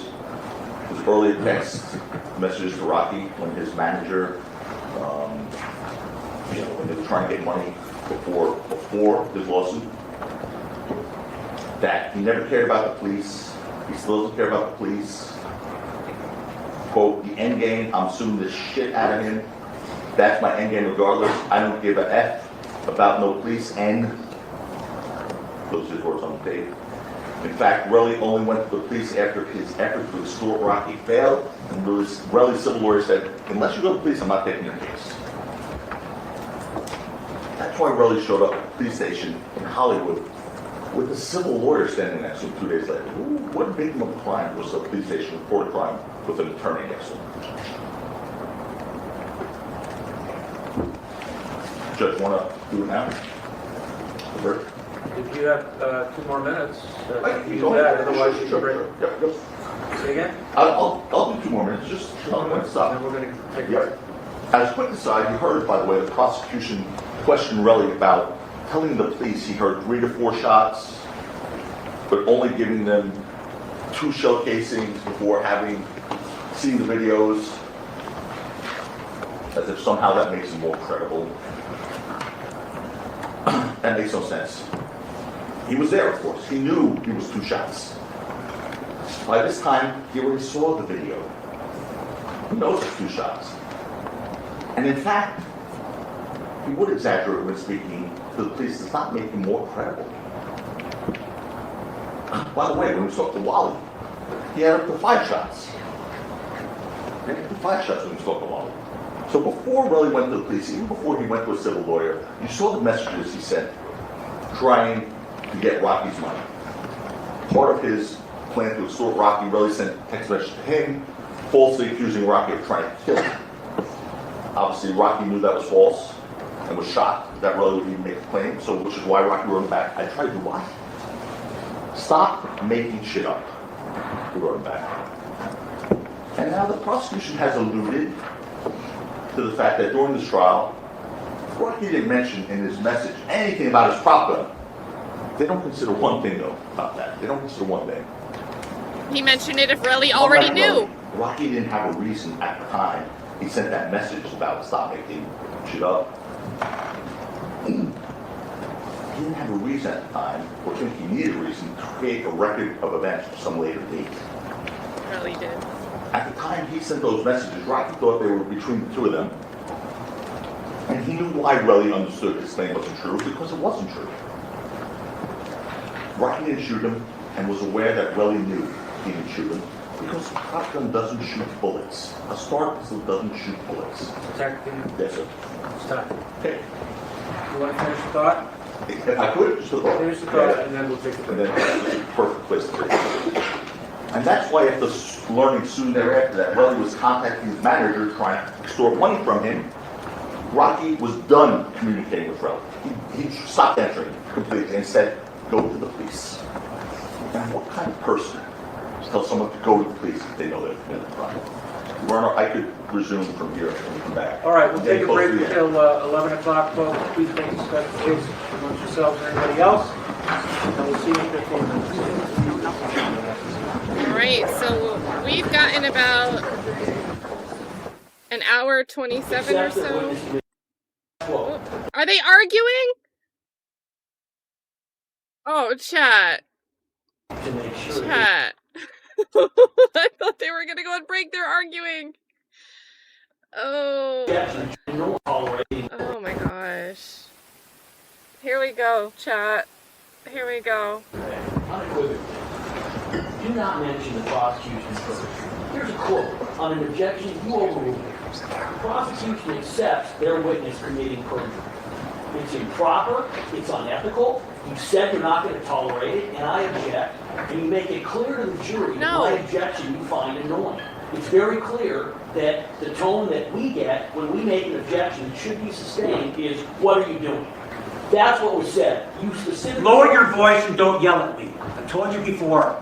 I'll listen to what you say. Speak in a normal tone of voice. Judge, we're doing the best we can to make sure that this trial is ethically conducted. They have repeated, I've objected, you told them it's improper. You've overruled repeated objections where they are saying improper things. He just said a moment ago, this is a direct quote, the prosecution accepts their witness committing perjury. I object. You respond, that's appropriate comment on the evidence. It is not appropriate comment on the evidence, Your Honor. I don't know, you didn't hear it? I didn't hear that. So, Judge, What I heard, I could have been wrong, what I heard was that Mr. Tacopina was describing Relly as committing perjury. Judge, that's a direct quote. The direct quote was, the prosecution accepts their witness committing perjury. Here's another one. Relly committed extortion. There is no legal... Do you think the jury's going to ask for what the legal description of extortion is? Your Honor. Forcing someone to pay money, that is, quote, extortion. No, Your Honor. Go on to something else. Define it. I want to make my record. I mean, you're going to do what you're going to do, but I have a right to make my record. No lawyer can get up here, no lawyer can get up here and tell the jury that a crime has been committed when there is no instruction on that crime. When in fact, Your Honor, that's not the legal definition of extortion. We've objected, and the court again is basically telling me, don't worry about it, it doesn't matter. Your Honor, it does matter. After a while, when there are so many of these things, they add up. And when the court is saying, well, what they don't care about it.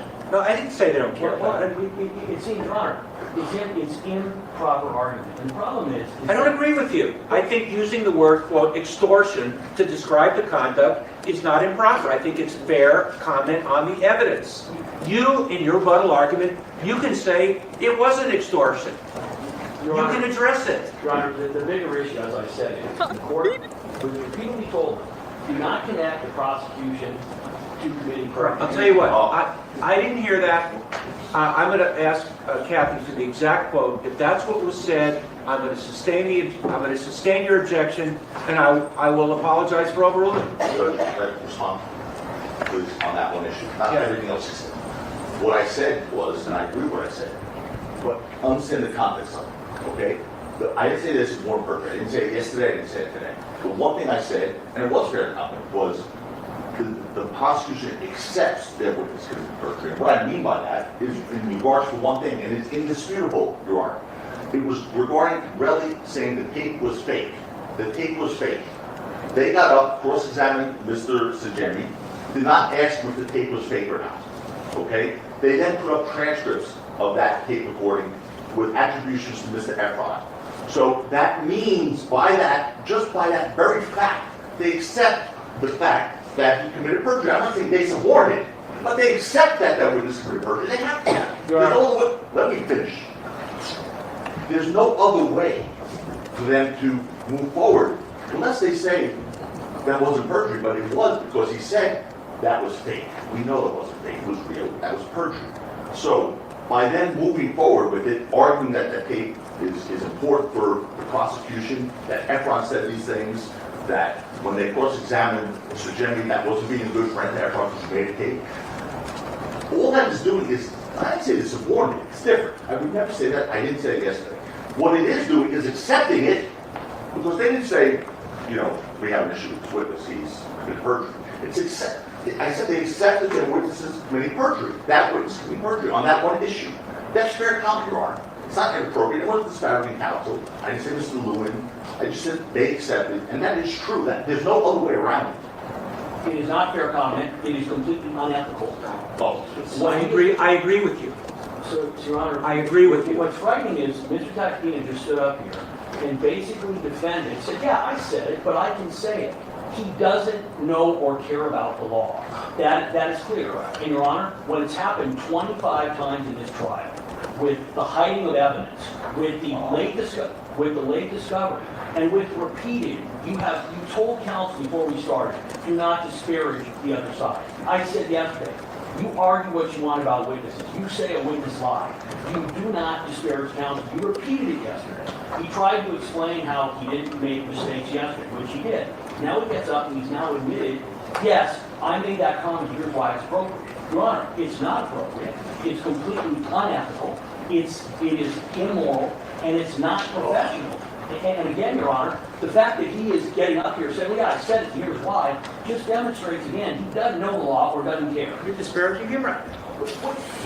I'm disparaging him because, Your Honor, he's not following the There weirdness is not to be any disparaging of either side. during argument. The jury's not here. I have every right, obligation, and duty On the to record? stand up here and point out when he was being unethical. The first time the court catches me being unethical, Your Honor, the court knows. That'd be the first time. Court knows. I don't do that. Court knows. Court's already made I've heard enough from both of you.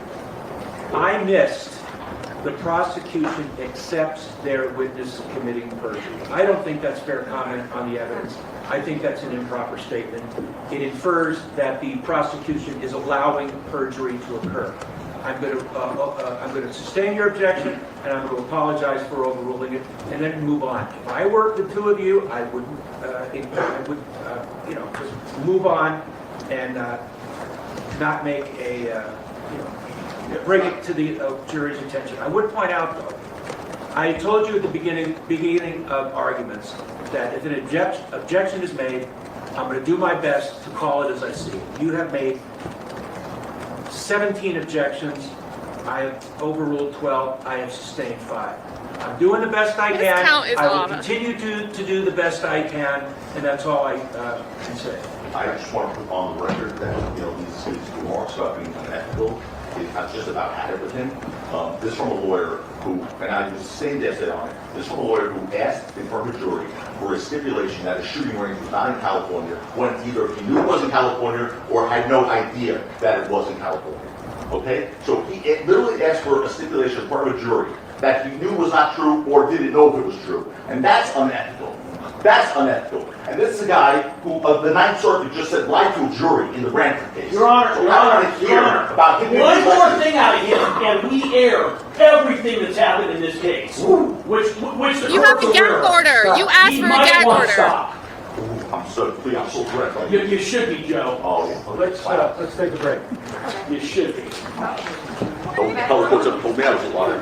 I think you should ask for a gag order. Oh, yeah. I'm so scared of you. Stop it!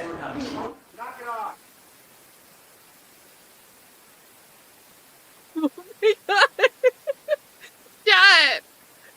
Chat, what just happened? I can't deal with that. Oh my god, should we replay it? Should we play it one more time? Oh my goodness. One more thing out of him. To a jury, stipulation in front of a jury that he knew was not true or didn't know if it was true. And that's unethical.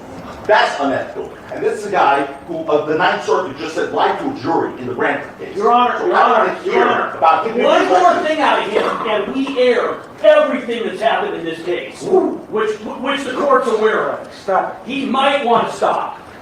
I'm so correct. You should be, Joe. Oh, yeah. You should be, Joe. Let's take a break. You should be. Don't And tell the people in the background. Hey! Oh, yeah. I'm so scared of you. Stop it! Knock it off. They're still going. Oh my god. I want to tell you that when I make a mistake, I own it. I have no problem admitting when I made a mistake, and I made a mistake, and I'm going to tell you what the mistake was. Mr. Tacopina mentioned, and I missed this, the prosecution accepts their witness committing perjury. I missed that. There was an objection. I overruled it. I didn't hear the whole statement. I'm not accusing anybody of doing it proper, but that statement puts the prosecutors in an unfair light, and that was improper. I overruled the objection. I should have sustained it. I don't want any side being disparaged or being put in a false light. So I made that mistake. I own it. I apologize. Go. Thank you. Two things. One, by the way, I realized something. I said before that Mr. Efron said he'd seen the video previously when he said there were 2 shots. What I was talking about was when he was speaking to Wally. He had already seen the video. This was obviously after Rocky's arrest and after the civil suit was filed. So I wasn't suggesting he saw the video when he went to the police on November 8th, in case that came out unclear. My co-counsel wasn't here. So anyway, now we're back on the Wally's Jenny case. Look, all I'm saying is this. Their witness said those are fake. They played it as if they were real. So, whatever that means. But here, I'm going to go back to the crux of the Wallace and Jimmy case, what we were allowed to play because they impeached the testimony of Efron. And what I argued to you, and I'll say again, is the only crime that was proven here was relative extortion. He heard it from his own mouth. And he boasted to Mrs. Jimmy that he was getting $30 million. He said, I already know I'm getting 30 M's. And I told you at the beginning of this case, I said in the opening, that there would be clear evidence of extortion, and here it is.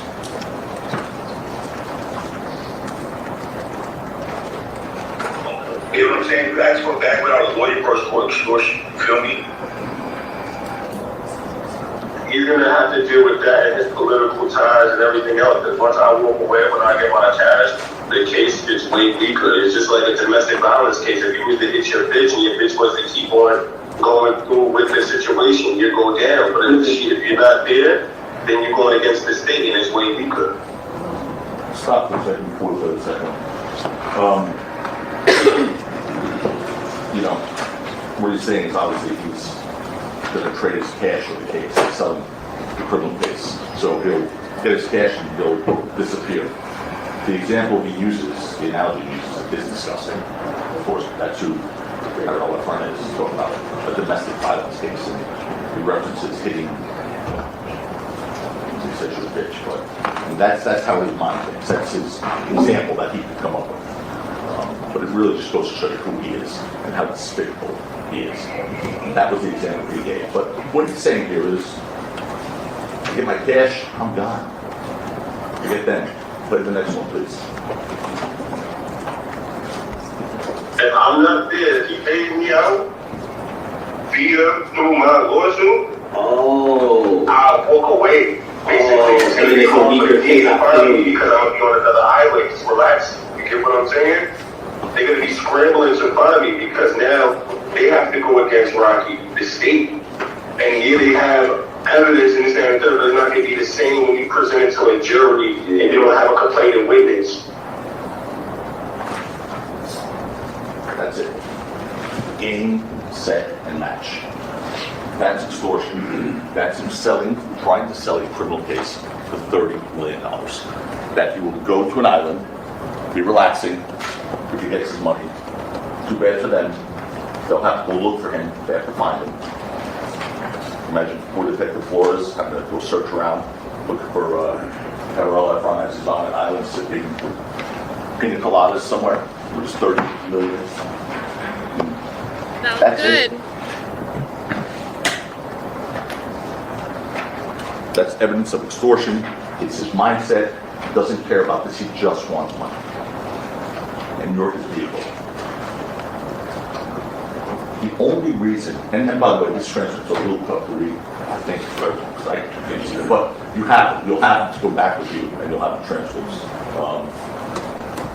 But again, remember, the only reason he's not on some island somewhere relaxing, and we're all here in the schoolroom, is because Rocky refused to be a victim of his extortion demands. It's that simple. And that's why he's using this trial, really, using his procedures. Now he's trying to use you to get him his money. Because he knows that a conviction here will get him what he really wants in the civil case. That's it. This isn't about justice for him. It's about a payout and a payback. My last quote of some of the greats in our history, which I love using some of the words of our founding fathers, Thomas Jefferson, said an ancient friend is the bitterest of foes. We saw that come here, live and in color. Lest there be any questions about his true intentions, consider this. He sent an article, you heard this testimony, to Wallace and Jimmy on December 24th, 2024, just before this trial started, entitled, Rihanna Fears Heartbreaking Consequence of ASAP Rocky's Trial. And he sent it with a smiley face. A smiley face. This parasite is happy if he can hurt that family, that woman, and her family. by sending a smiley face. Like, that's funny. That's funny. Because she fears the heartbreaking consequences of this trial. So he doesn't care about this trial. He just wants his money. He wants to be on an island relaxing. And he's laughing and mocking what he can do to Rihanna and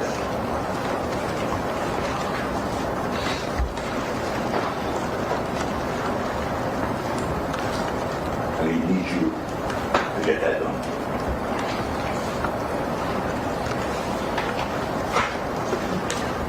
Ladies and gentlemen, the prosecution has not proven this case not by a long shot. It's not even, I mean, this literally, I'm not telling you what to do, this can be a 5-minute verdict. You take as much time as you need. I'm not trying to impede on your province. The only thing proven beyond a reasonable doubt is that this relates to all the packet onto the liar, the perjurer, and the extortionist. And that's just proven beyond a reasonable doubt. And they know that. They know that because they asked Detective Flores the question that I just never heard. I used to be a prosecutor. There was a question that they asked. That's improper argument. Sustained, Withdraw. but they know it's perjury. Sustained. He used to be a prosecutor, Your Honor. It's not part of the evidence. What was the statement? What? I'm sorry, what was the statement? Sorry. What was the statement? I didn't. What part? That they know it's perjury. I didn't say they knew. I didn't say they did. I said what was proven beyond a reasonable doubt. It seems that lot of liars. I've heard it very source. Didn't say they knew. I understand the court's rulings. Where we objected regarding discussions in the prosecutor. Okay. Yeah. All right. So, anyway, what they know, they asked Detective Flores this question. Would you agree, Detective Flores, that you don't need Mr. Efron's truthful testimony to establish a shooting occurred? Well, first of all, you do need it. You do. Remember, after breaking it down with Detective Flores, he made it clear to you they have nothing without him. We broke it down with him. We'll show you that transcript in a second. So you definitely need him, but he's just not credible. Why the heck do you think they asked that question? I mean, think about what that question screams out to you in the jury. We don't expect you to believe him, ladies and gentlemen. But it's okay. It's still true. No, it's not okay. No, it's not okay.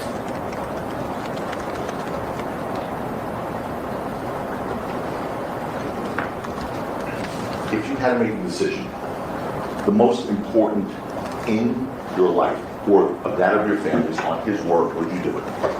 Terrell Brown's word, would you do it? You all know what the answer to that question is. What you're being asked to do is make that decision in the most important matter in his life, on his word. Please look at the evidence carefully. Please evaluate it cautiously, and you'll see that there's not proof beyond a reasonable doubt. Rocky Mary's is innocent. It's not only not guilty, he's innocent. An innocent man's on trial with absolutely no concrete evidence against him, no reliable evidence against him at all. Of course he's innocent. He's not the one this man for face is certain. Because there's absolutely no evidence of shooting. And that heavy burden should not be yours to have to live with on this evidence. It should not be. It's not right, it's not fair to ask you to do what the evidence won't, to condemn an innocent man.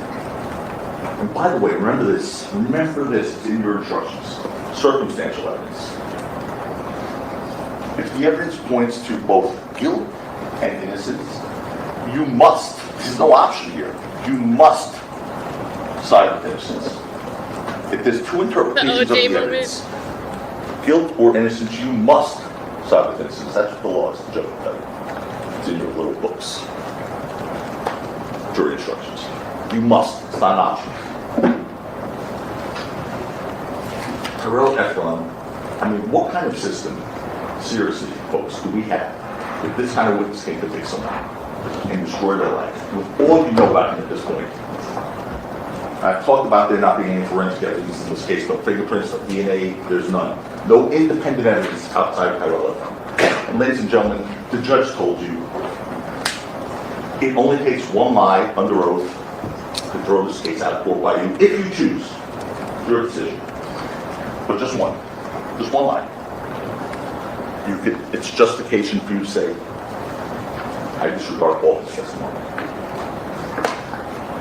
You can't even count the number of lies he told under oath in this case. You can't. He lied directly, he lied to your face, he lied under oath over and over, he exaggerated, he run around answers to try and avoid questions, he verbally assaulted me, he cursed in the courtroom, he threw a water bottle, flexed his muscles, he said he had enough, he was going to leave. How many does it take for you to know that this case is a fraud? To use Relly's own words, Relly's a fake. And he's just trying to profit off extorting CashApp money. Just wait for one thing, your verdict. Then he's got it. And if they come up and say, well, Relly's not on trial, that thought crosses your mind, it's true, he's not on trial, but he should be. He should be. Perjury, extortion. But he's not on trial. But what is on trial is his credibility. His credibility is on trial. And that you have to assess, and you get to assess, you must assess. Trial rises and falls on his word. With that in mind, again I ask, what kind of system do we have if we pick on the word of that man? That man. With all you know about him. The issue in this case is the life, future, and liberty of right. And that's what will be placed in your hands very shortly. And the question to have you before you very simple. Do you believe Tyrell Efron beyond a reasonable doubt? We're going to keep saying that because it's really what you need to discuss, is beyond a reasonable doubt or not. If you don't, Rocky has to go free.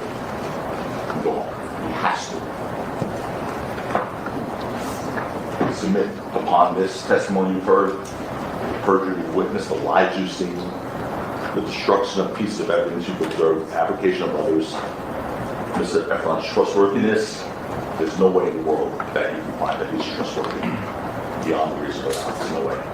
On the important issues in this case. So who wants to lie about it? They lie about everything. They lie about the important issues. And if you can't do that, if anything they said to you, if anything they presented caused you to pause or wonder what really happened, if you have a doubt, a reasonable doubt, Rocky must be acquitted. He must be. That's our legal system.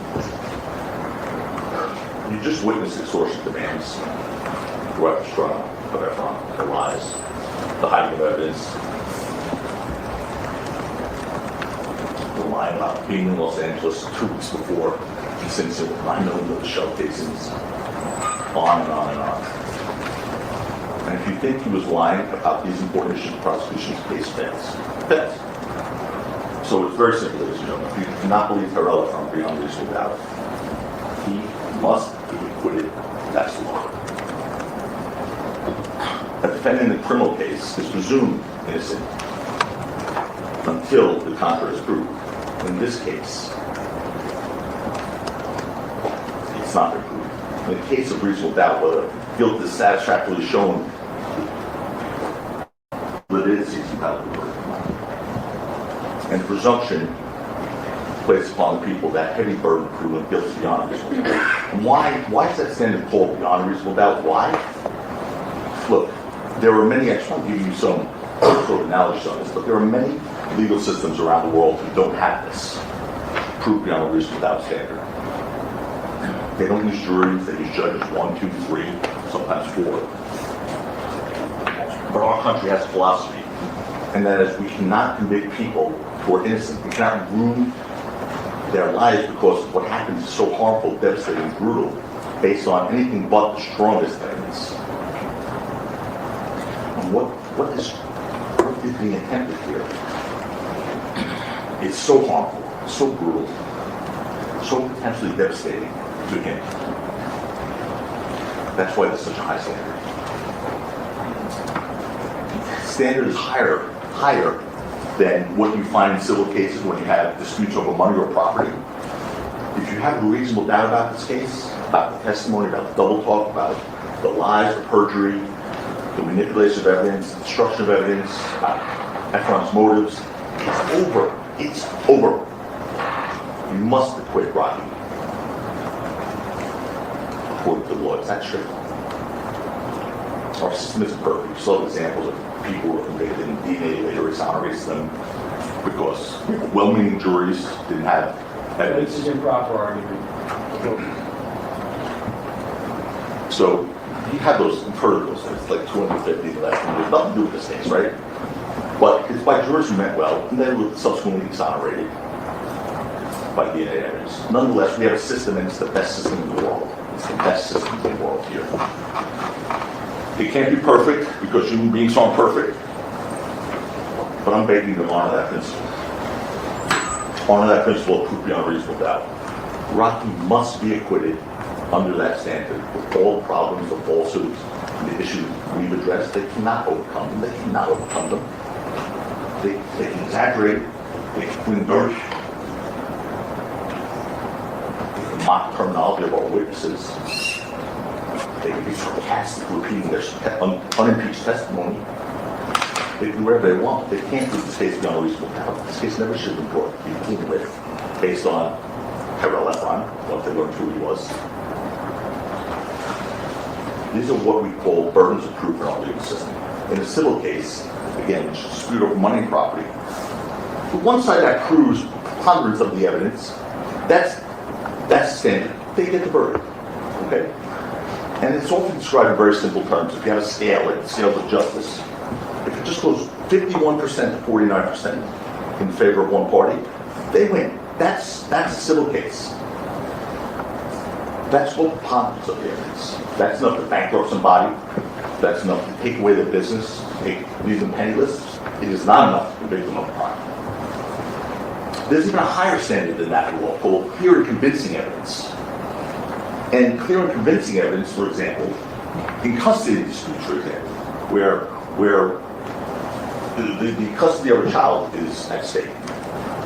Clear and convincing evidence in some custody disputes, you can take a child away from the parent if you prove by clear and convincing evidence that parent should not have custody. They have not met the standards for the legal system requires for parenting.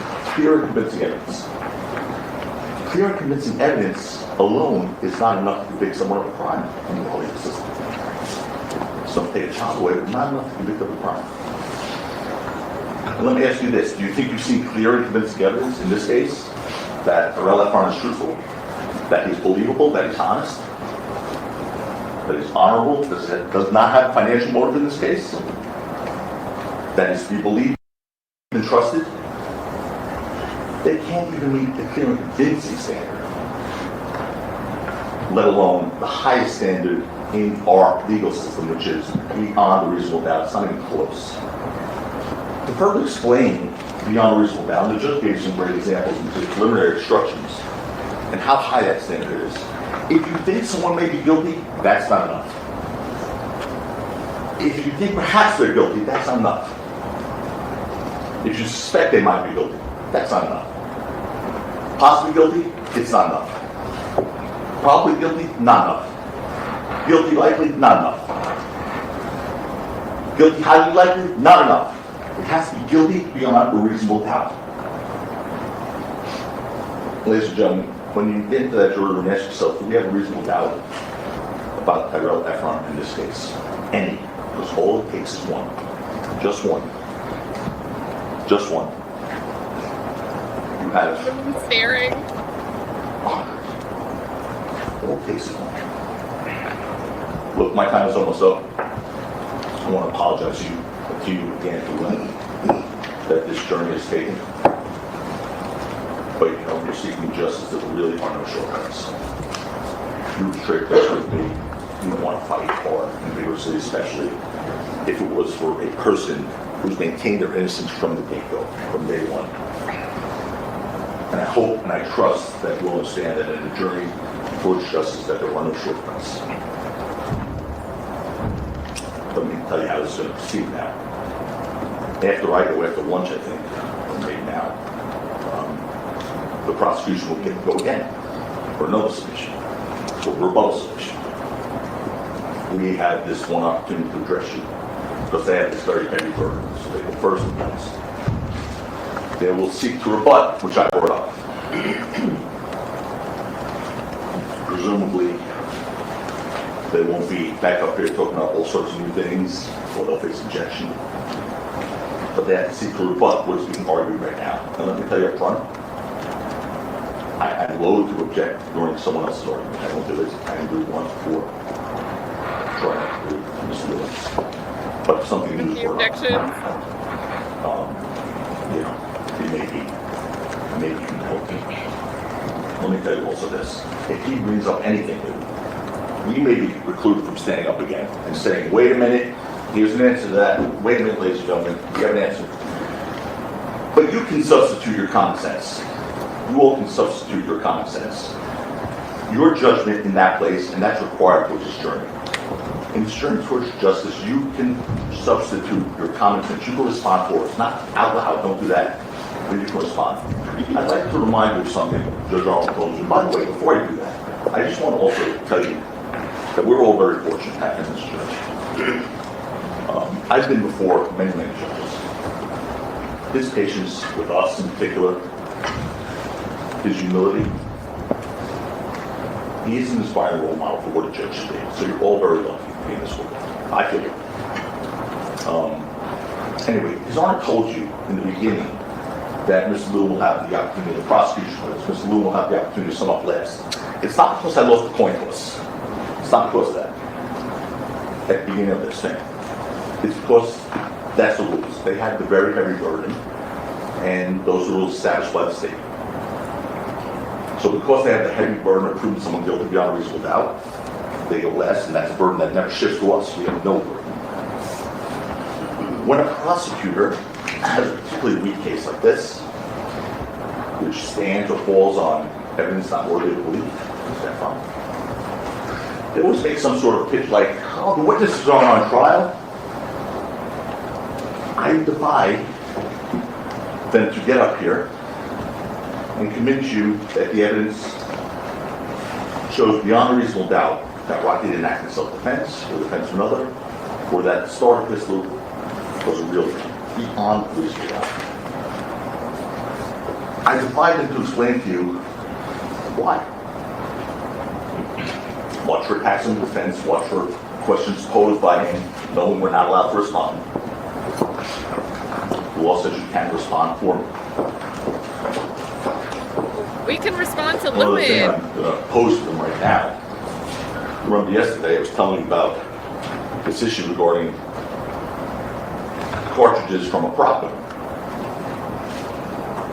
Because you heard about a prop gun can't eject, does eject some sort of paper casing. And I said to you, there's absolutely no evidence whatsoever regarding what blank casings from a prop gun look like. You heard evidence that from BluEyed, he's the only one that was asked about it. There's paper and plastic in a prop gun bullet, so to speak. There's no evidence of how far or what direction they would be ejected to from the prop gun, whether they would still be intact or not, be split open. There's no evidence of that in this record at all.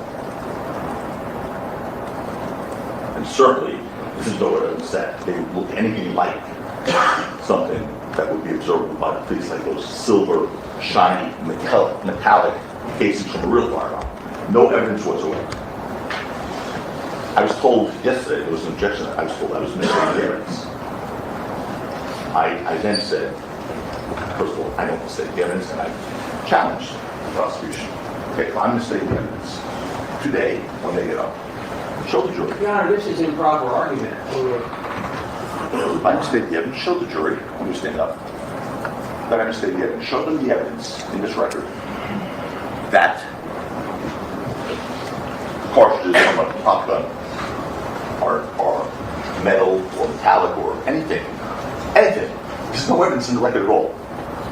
I'm still going to mistake the evidence. They probably should. Now, comes a time for me now to conclude my remarks, and I may never have another opportunity to speak to you again, certainly not this setting, maybe when the case is over. And you've been told many, many times there are very heavy burdens placed upon the prosecution of people for good reasons to prove this case beyond a reasonable doubt. And as such, it is someone's duty to answer for you as best it can any legitimate questions arising from the evidence which we believe is cast out on Rocky's guilt.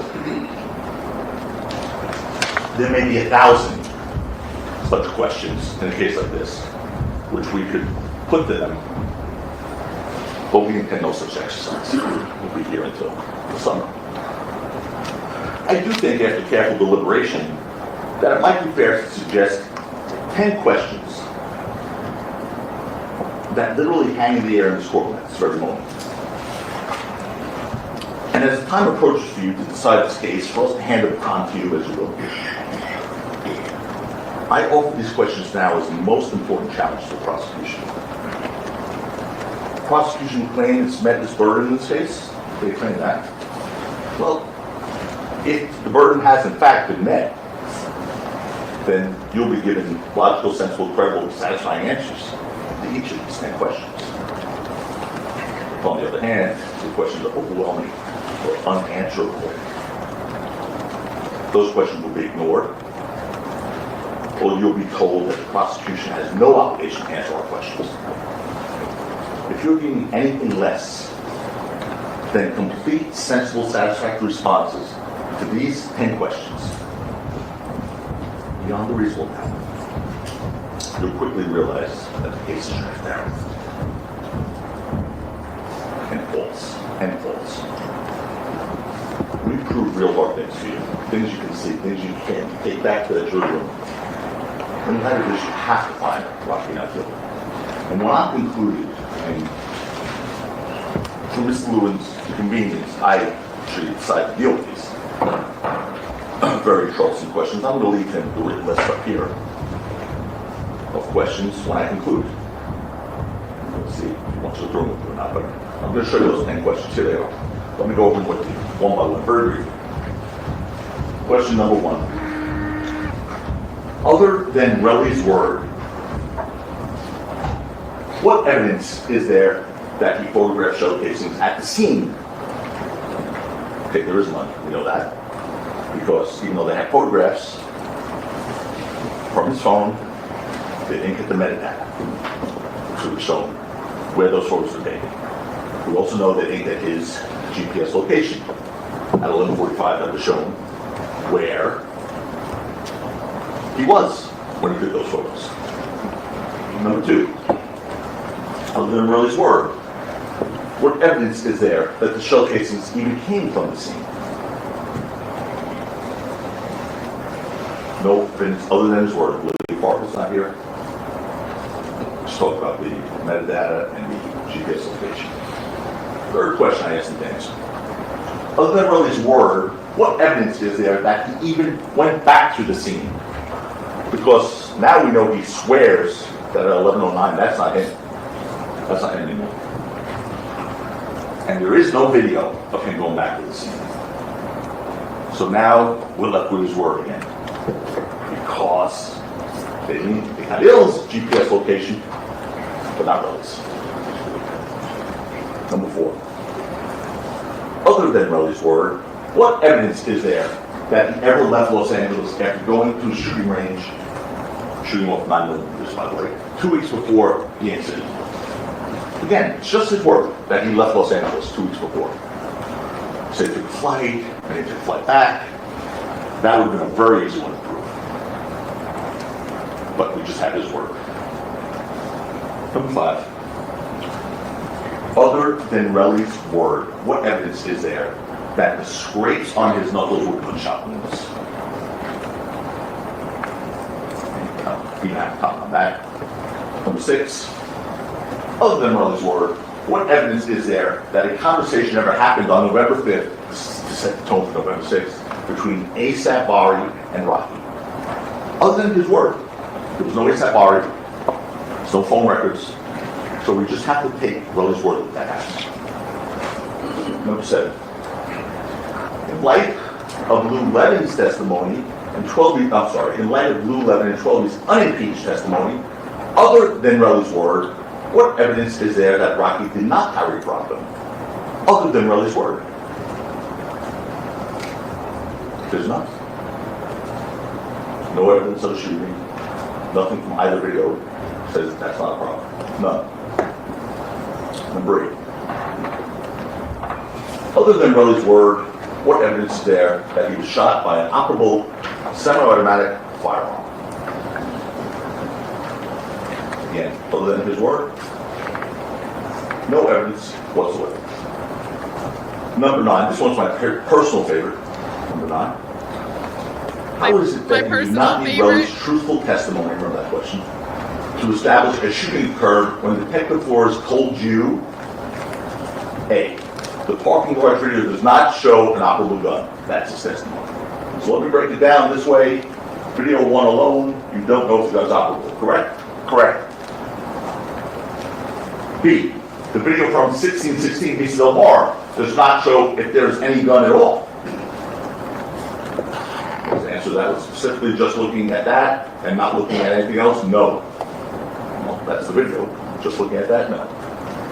And C, the sound heard on the video from 6200 Hollywood Boulevard may have come from a replica firearm, or 2, Detective Flores. So, no evidence of an operable gun in one video. No evidence of the gun at all, or any shooting in the second video. And the pop-pop, according to that case detective, could have come from a replica. So, do you need Relly's testimony?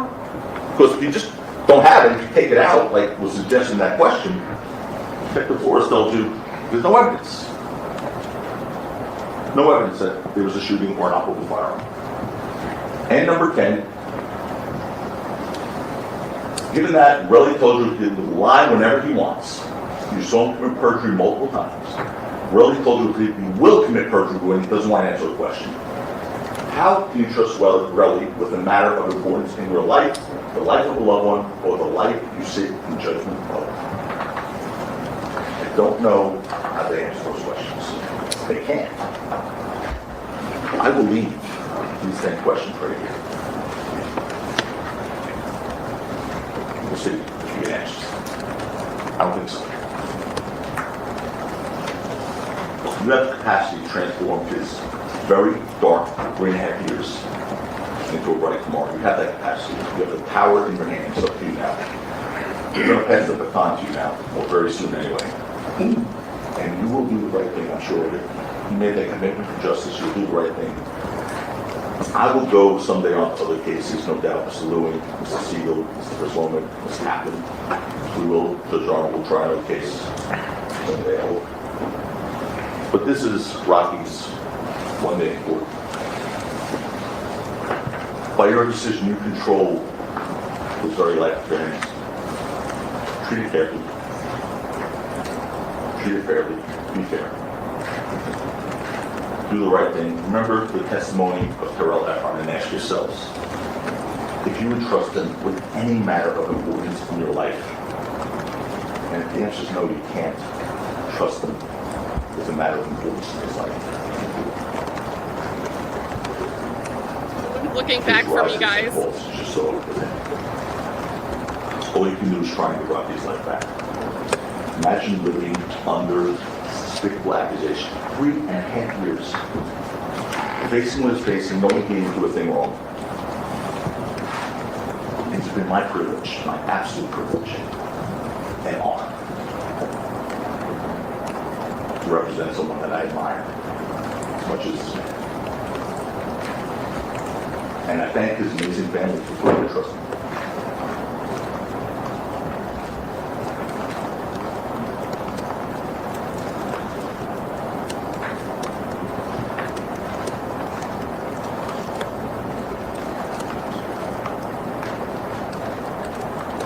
Ask questions in jury selection that if you had a doubt, would you have any problem saying not guilty? Would you have the courage to say not guilty? Did you have the mental fortitude to walk back into this courtroom if they failed to prove him guilty? You have the courage to walk back in here and say, we find him not guilty. You all said you could do that. You all said it. That's why you were there. That's why the 6 of you are here. You know that was part of your job. You said you could do it. I'm going to hold you to that, and I hope you hold yourself to it. That's what makes the system great. Your courage. Your willingness to stand up for what's right. Look, this courtroom says Mark S. Arnold, Judge. He's the judge. Judge Arnold's courtroom. But when it comes to the facts in this case, it's your court. When it comes to what's right in this case, it's your court. When it comes to what's fair in this case, it's your court. No one will take that on. This is your court right now. I'm going to tell you something. What happened here isn't right. Think about that. Because if the message was going to be sent out, that proof like this is not to convict one of us, one of our citizens, none of us have a chance. Ladies and gentlemen, thank you for your patience. Thank you, Mark. All right, we'll take a break now, folks. Please be outside. The courtroom goes at 1 o'clock, at which time you will hear from Mr. Lewis.